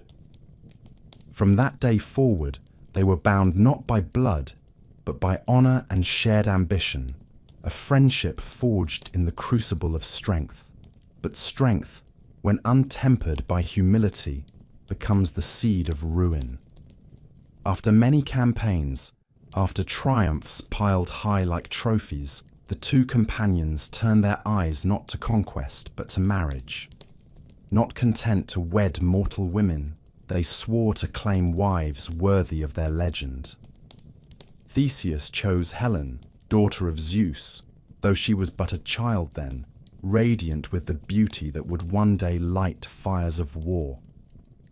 He took her from her home and left her in the care of his mother, promising to return when she had come of age. Pirithous, seeking to match or even surpass this act, set his sights upon Persephone, the queen of the underworld. No mortal had dared speak her name with such intent. She was the daughter of Demeter, the bride of Hades, sovereign over all that slept beneath the world. To love her was to court death. To take her was to defy the order of all things. Yet Pirithous believed himself mighty enough, and Theseus, bound by oaths and pride, agreed to the venture. Together, they descended into the realm of the dead, not with sorrow, nor with reverence, but with purpose darkened by desire. They did not carry offerings. They did not seek permission. They came as thieves into a kingdom where time itself stood watch, and where no ambition passed unseen. The underworld did not rage. It did not cry out. It simply received them. The shadows thickened. The air grew dense. And before long, the two heroes found themselves before the throne of Hades and Persephone. The king of the dead sat in silence, his face carved from the same stone that shaped the walls of his domain. The queen beside him bore no expression, only the deep and unblinking calm of one who has seen all grief and who wears it like a crown. Hades offered them hospitality. He invited them to sit, and the two heroes, proud and unafraid, accepted. They sat upon a great rock that rose from the earth like a monument. No sooner had they lowered themselves than the stone shifted beneath them. It was no seat at all, but a trap woven from enchantment and wrath. Their flesh froze, their limbs locked, the very marrow of their bones clung to the stone, and their muscles refused to obey. It was called the Chair of Forgetfulness, a throne of punishment meant for those who came unbidden and with wicked intent. There they remained, silent and still, their minds swimming with dread, unable to cry out, unable to rise. The underworld had judged them the moment they arrived, and it had passed its sentence without need of trial. Time passed, though they could not feel it. Dust settled upon their skin. Their names faded from the tongues of men. In the world above, new heroes rose, and the old stories turned to legend. Only Heracles, in the course of his 12 labors, descended to the underworld and came upon them. At the bidding of the gods, and only through force of strength blessed by Olympus, he pulled Theseus from the stone. But even Heracles, strongest of mortals, could not move Pirate House. The earth had claimed him too deeply. He had reached for the bride of death, and death had closed her hand around him. Theseus returned to the world of the living, but he was never again the man he had been. His fortunes turned. His throne was taken. His people cast him out. He wandered until he died on foreign soil, unremembered by those he once ruled. The gods had not forgotten his trespass, even if he had been spared. He had descended without cause. He had sought to steal what was never his. And the underworld, though silent, does not forgive easily. Thus, the tale of Theseus and Pirate House passed into the scrolls of warning, a story not of heroism, but of ambition shattered by the immutable laws of the dead. The underworld is a realm of balance. It does not open for desire. It does not answer pride with mercy. Those who enter must come with grief or truth or a soul weighed by love. Those who come seeking to take what belongs to its king and queen shall find only silence and stone. And Pirate House remains there still, seated in darkness, forgotten by all but the earth itself, a ghost locked in place by the hand of the realm he thought to defy. His name is no longer spoken in hope. It is spoken only in warning. The underworld, vast and hollow as a forgotten cathedral, is not merely a realm of silence and souls. It is guarded by creatures born before memory, raised in the dark womb of the earth, shaped not for beauty nor for wisdom, but for terror and obedience. These are not beasts as men know them. They do not hunger for meat nor flee the light. They are the children of ancient forces, placed in the chasms and gates of Hades to keep the dead from fleeing and the living from trespassing. They do not sleep. They do not dream. They wait, and when the sacred order is broken, they rise to restore it. Among them, there is one whose name has never faded from the tongues of poets and priests. Cerberus, the hound of Hades, stands eternal guard at the threshold between the world of the living and the kingdom of the dead. His form is monstrous, though poets struggle to fix its shape. Most speak of 3 heads, each one crowned with snapping jaws and eyes that glow like coals beneath ash. His back bristles with serpents, and his tail curls with a mind of its own, venomous and watchful. His breath is hot with the stench of the tomb, and his bark echoes through caverns that have never known sunlight. Cerberus was born of Echidna and Typhon, a mother of monsters and a father of storms. His siblings were creatures of nightmare, the Hydra, the Chimera, the Sphinx, but none were entrusted with a task so sacred as his. Hades himself placed him at the gates of the underworld, not as a tormentor, but as a sentinel. His jaws do not seek the innocent dead. His fury is reserved for those who would escape their fate or breach the stillness of the afterlife. He is the guardian of order, the watcher who never blinks. Only a handful of mortals have ever passed him without bloodshed. Orpheus, as the songs tell us, lulled him to sleep with the sound of grief-struck strings. Heracles, in his labours, wrestled him into submission with bare hands, guided by the favour of Persephone. Aeneas, the Trojan exile, cast to him honeyed bread soaked in sedative herbs.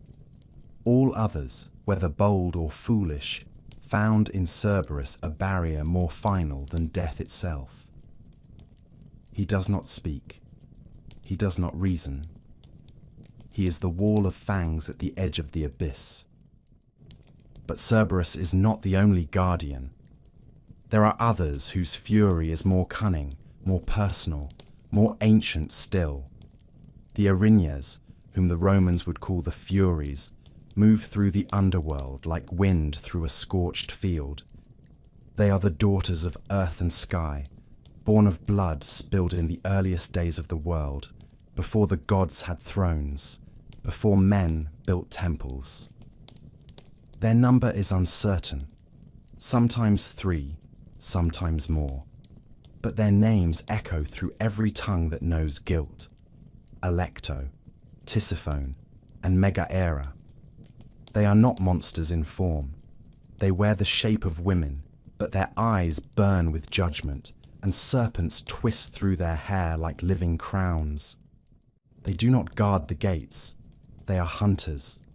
They seek out oaths broken, blood spilled without justice, the cries of the innocent that echo unanswered. They pursue those crimes not judged in life and punish them in death. They fly without wings. They appear without warning. They strike not with claws or swords, but with madness, despair, and the slow rot of guilt that can hollow even the proudest heart. When a soul enters the underworld with sins unatoned, the Erinyes are there, silent and still, until the sentence begins. They do not bargain. They do not forgive. Their presence is not a threat. It is a promise. Beneath even them dwell creatures more primal still, beasts that do not serve, but dwell as part of the landscape of Tartarus. They have no names, for they are older than language. Some crawl through the rivers of fire. Some roost in caves carved by screams. There are shades twisted by their own evil into forms unrecognizable, their limbs reshaped by hatred, their mouths forever open in soundless agony. There are serpents whose coils encircle islands of stone. There are worms large as ships, blind and pale, feeding on whatever stumbles into their domain. These are not punishers. They are the punishment made flesh, the chaos that waits at the edge of even divine control.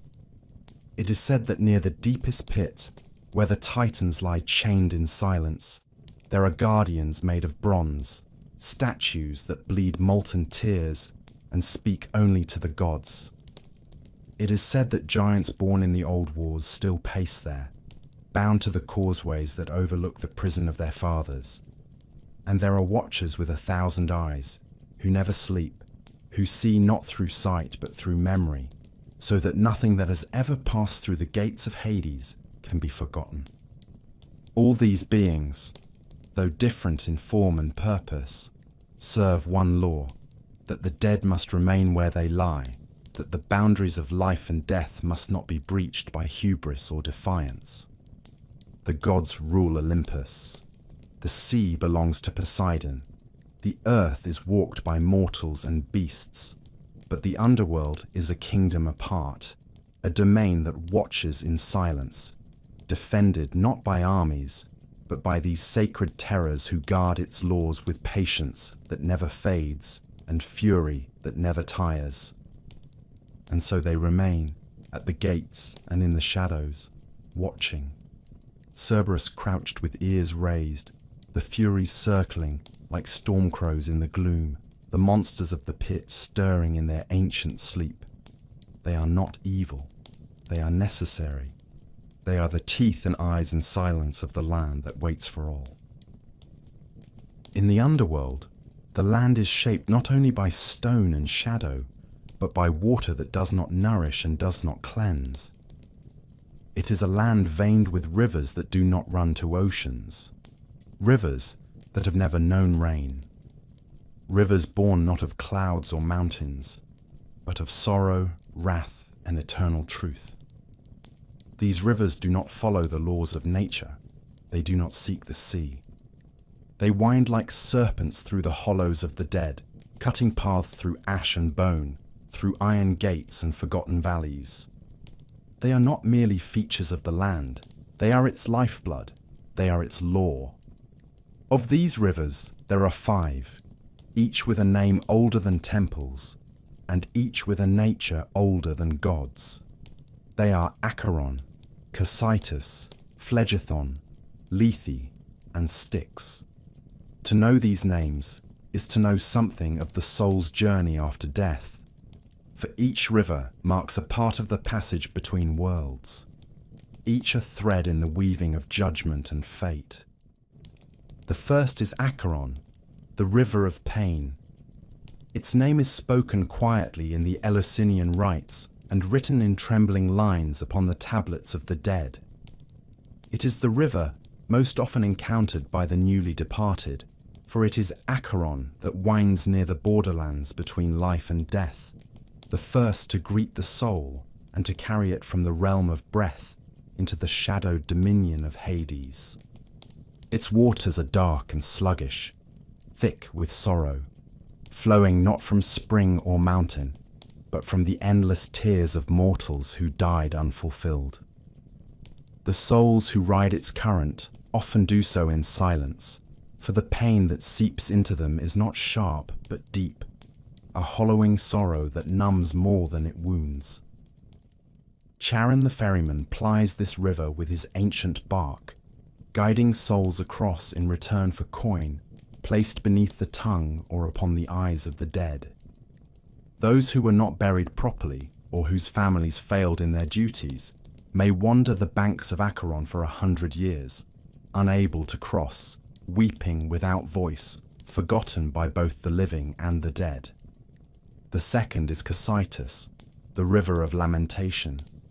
Its path coils through the colder regions of the underworld, its waters thin and glassy, and always whispering with voices that do not end. Where Acheron is pain that dulls, Cocytus is grief that sings. The souls who wander near it are those consumed by mourning, mothers who lost their children, warriors who died for nothing, lovers separated by fate. The air above Cocytus trembles with the sound of crying, a sound that never rises nor fades, a sound that has no source and no silence. The Furies are said to walk along its banks, drawn by the bitterness of the cries, and the judges of the dead sometimes pause here, for it is from Cocytus that the sentences of vengeance often rise. It is a river of memory sharpened into agony, a river that cuts not with stones, but with the weight of what cannot be undone. The third is Phlegethon, the river of fire. Its name means blazing, and it lives up to its name in all ways. It does not burn as mortal flame burns. Its fire is not yellow nor red, but a deep, throbbing orange streaked with black, and it flows not across the surface of the ground, but through underground chasms and molten tunnels where the worst of the damned are kept. It is said that Phlegethon encircles Tartarus and that its flames are fed by the crimes of the ancient enemies of Olympus, the Titans, the traitors, the oath-breakers. It does not consume, it tortures. Its fire is cold to the touch, and yet it burns deeper than any wound. No soul touches Phlegethon and emerges whole. The river does not cleanse, it brands, it marks, it punishes. The fourth is Lethe, the river of forgetfulness. Unlike the others, its course winds softly through the quieter regions of the underworld, near the fields of asphodel, where the ordinary dead dwell. Its waters are pale and still. Those who drink from Lethe forget their lives, their names, their pain, their joy. It is not a punishment, but a mercy, though some say it is the cruelest mercy of all. The dead who drink from Lethe lose the burdens of memory, but they also lose the thread of who they were. Some souls resist it, clinging to identity with trembling hands. Others kneel by its banks without hesitation. The priests of mystery cults believed that to drink from Lethe was to prepare for reincarnation, for rebirth without the poison of past sins. Yet others whispered of another river, Mnemosyne, the opposite of Lethe, a spring known only to the initiated, whose waters preserved memory rather than dissolved it. Lethe is gentle, but its silence is final. Once drunk, the past is gone, and the soul becomes a shadow among shadows. The fifth, and most feared, is Styx, the river of hatred and of sacred oath. It is the oldest and most terrible of the five. Its waters are black as pitch and deadly to the touch. Even the gods themselves fear it, for to swear an oath upon Styx is to bind oneself beyond all escape. The river runs through the deepest valleys of the underworld and coils around the palace of Hades like a living serpent. When the Olympians fought the Titans, it was Styx who sided with Zeus, and as a reward, her waters were made the foundation of divine law. Any god who swore falsely upon the river would fall senseless for 9 years, cast out from the councils of Olympus, and shamed before all. No mortal may touch its waters and live. It is said that even Achilles, who was bathed in it by his mother, bore the scar of its kiss upon his heel, the one place it did not touch. Styx is not a river of rage, but of cold hatred, and its current carries the weight of all curses spoken in earnest. These rivers are not merely symbolic, they are substance and power, geography and spirit. They divide the underworld into realms not of space, but of meaning. They shape the journey of every soul, and they remind even the gods that some laws are older than Olympus, older than time. They were here when the world was young, and they shall remain when the stars grow cold. To cross them is to pass beyond what is known. To drink from them is to be changed forever. In the underworld, there are no roads. There are only the rivers. They mark the passage. They carry the sentence. They offer no destination, only the deep and eternal truth that death is not silence, but order, a structure woven from sorrow and flame, from oath and forgetfulness, from grief and hatred and pain. The rivers flow without end, and in their flow, the shape of the dead is preserved. The dead are silent, but the living have never ceased to speak for them. From the earliest days, when men scratched prayers into clay and burned offerings at the mouths of caves, to the shining marble temples of the classical age, the shadow of the underworld hung over every ritual, every rite, every sacrifice. It was not merely the destination of souls, but a presence within the breath of the living, a truth as enduring as the seasons, as constant as the stars.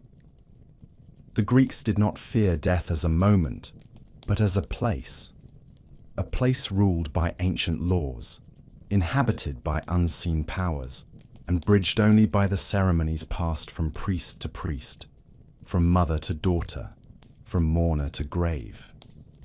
To understand the way the Greeks revered the underworld is to look not at their temples to the gods of the sky, but at the rites held at night, in caves, in groves, in the secret corners of cities. It is to look at the Eleusinian mysteries, those ancient and guarded ceremonies in honor of Demeter and Persephone, where thousands gathered in silence and awe, year after year, walking the path of the initiate, reenacting the sorrow of the goddess and the descent of her daughter into the land of the dead. The mysteries promised not wealth or power, but knowledge, the kind that comes only when one has stared into the abyss and not turned away. What was revealed there was never written, never spoken aloud. But it was believed that those who completed the rites walked away changed, not shielded from death, but prepared for it, strengthened by the vision of Persephone's return and the unspoken promise that death, like winter, was not an end, but a turning. The underworld lived also in the cults of the chthonic deities, those gods whose power rose not from the heavens but from the earth itself. Offerings to Hades were made by night, in deep pits or low altars, with the smoke sent downward instead of upward. He was not worshipped in joy, but in solemnity, not asked for favor in battle or harvest, but propitiated to ensure the balance between worlds was not disturbed. The name of Hades was rarely spoken directly. Euphemisms were used. The unseen one, the wealthy, the receiver of many, not from scorn, but from reverence, from the belief that to speak his true name too freely might draw his attention, might bend the line between breath and shadow a little too thin. The same was true of Persephone, whose dual nature made her both the maiden of spring and the queen of the pit. She was honored with flowers in one hand and black goats in the other. The women who mourned her abduction each autumn did so with the knowledge that she would rise again, bringing green to the fields and grain to the mills. Yet they also knew that part of her never returned, that part of her remained beside the throne of her husband, watching over the souls who walked the silent halls. Her worship was therefore not light-hearted nor tragic. It was layered, rich, woven from both joy and grief, and those who followed her did not seek escape from death, but a place within it. The ancient Greeks buried their dead with care born of deep belief. Coins were placed with the corpse, one beneath the tongue or upon the eyes, to pay the ferryman Charon and ensure safe passage across the river. Without it, the soul might be stranded, wandering the banks of Acheron for generations. Libations were poured upon the graves, especially on certain nights of the year, when the veil between worlds thinned and the dead were believed to draw near. Families returned again and again to tend the tombs, to speak the names of the lost, to ensure they were not forgotten. For to forget a soul was to let it fade into asphodel without identity, without place, without peace. There were darker rituals as well, rites meant to summon or appease the dead. Necromancy was not a parlor trick, but a dangerous act, one that required the proper names, the proper herbs, the proper blood. The dead were not to be summoned lightly, for their voices came with cold and their truths were sharp. Oracles at certain sites, especially at necromantic shrines near rivers or caves, would sometimes serve as intermediaries between the worlds. The most famous of these was the Necromantian on the banks of the Acheron itself, where supplicants would descend into labyrinthine tunnels, fasting and purifying themselves for days before calling upon the spirits to speak. It was not spectacle, it was terror made sacred. And yet, despite the fear and the silence, the underworld was always there. Beneath every harvest, behind every prayer for long life, beneath every wedding vow and cradle song. The gods of Olympus reigned from above, but the power that waited below was no less real, no less vast. It shaped the laws of piety, of burial, of sacrifice. It whispered in the wind that passed through olive groves at dusk. It hovered over the battlefield, waiting for the final breath. It dwelled in the dark corners of the hearth, in the spaces between stories told by firelight. The underworld was not hell.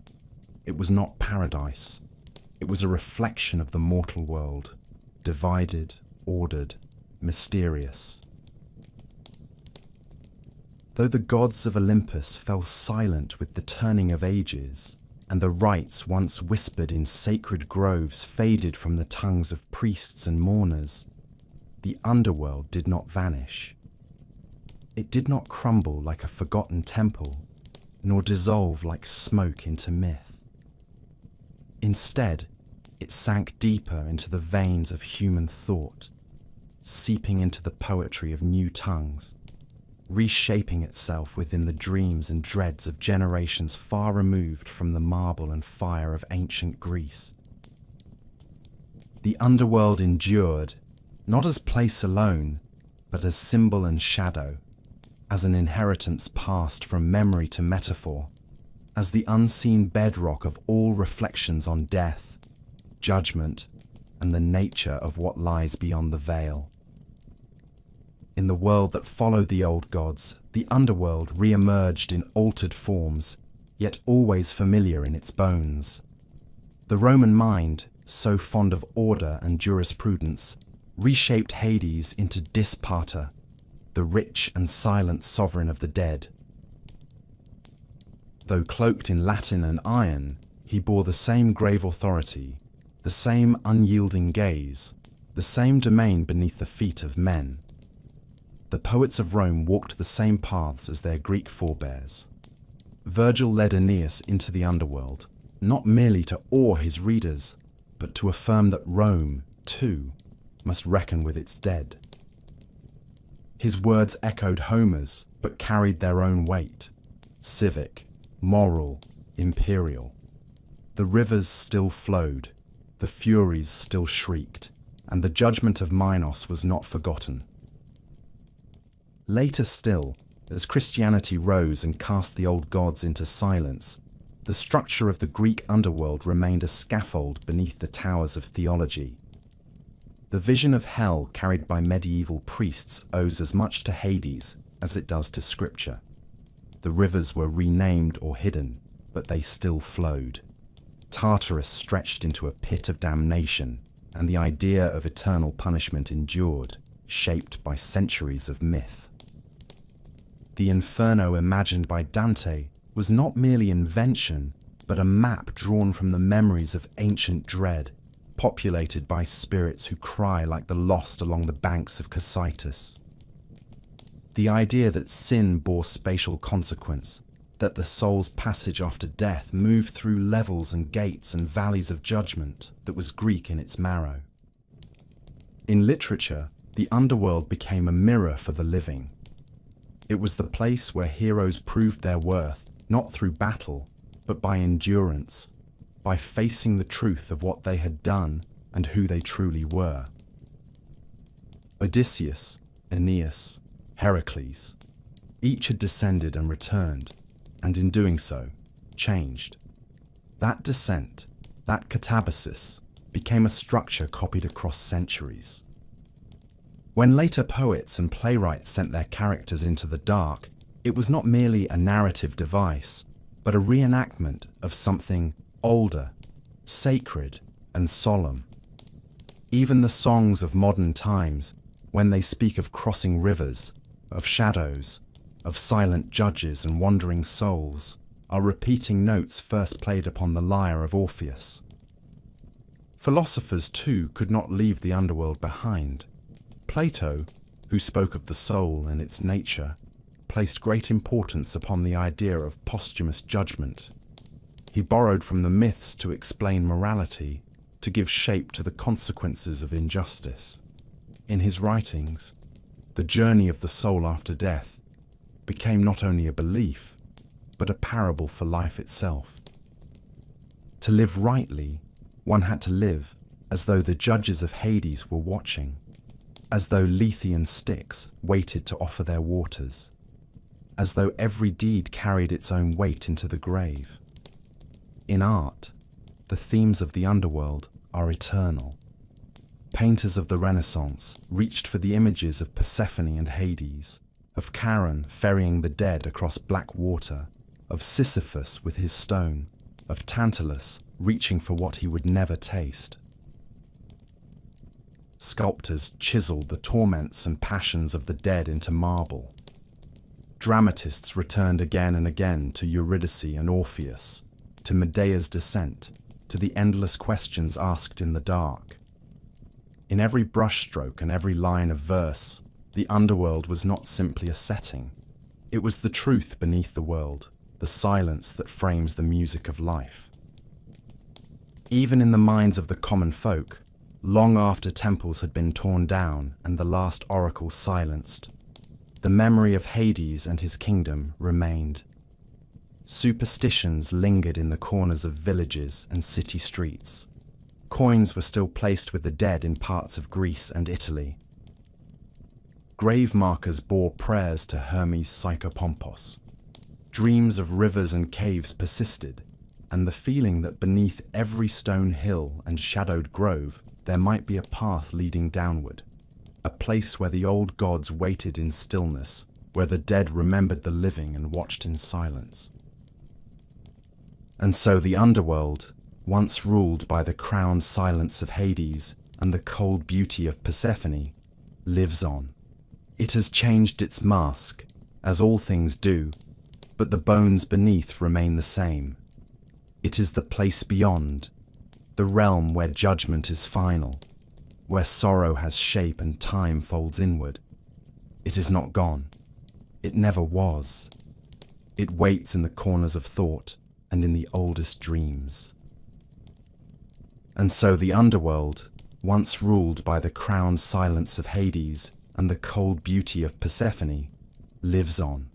It has changed its mask, as all things do, but the bones beneath remain the same. It is the place beyond, the realm where judgment is final, where sorrow has shape and time folds inward. It is not gone. It never was. It waits in the corners of thought and in the oldest dreams. It speaks in the hush of graveyards, in the flickering candlelight of rituals long forgotten, in the stories told to children to explain the dark. The gods may have fallen silent, but the underworld endures, not as a tomb, but as a mirror, not as a threat, but as a truth. In every tale we tell of loss, of memory, of what lies after. We return to it. We walk again along the banks of Styx. We hear the wings of the Furies above us. We glimpse the halls of shadow and know, if only for a moment, that the land of the dead is not behind us, but beneath us, waiting to receive us all.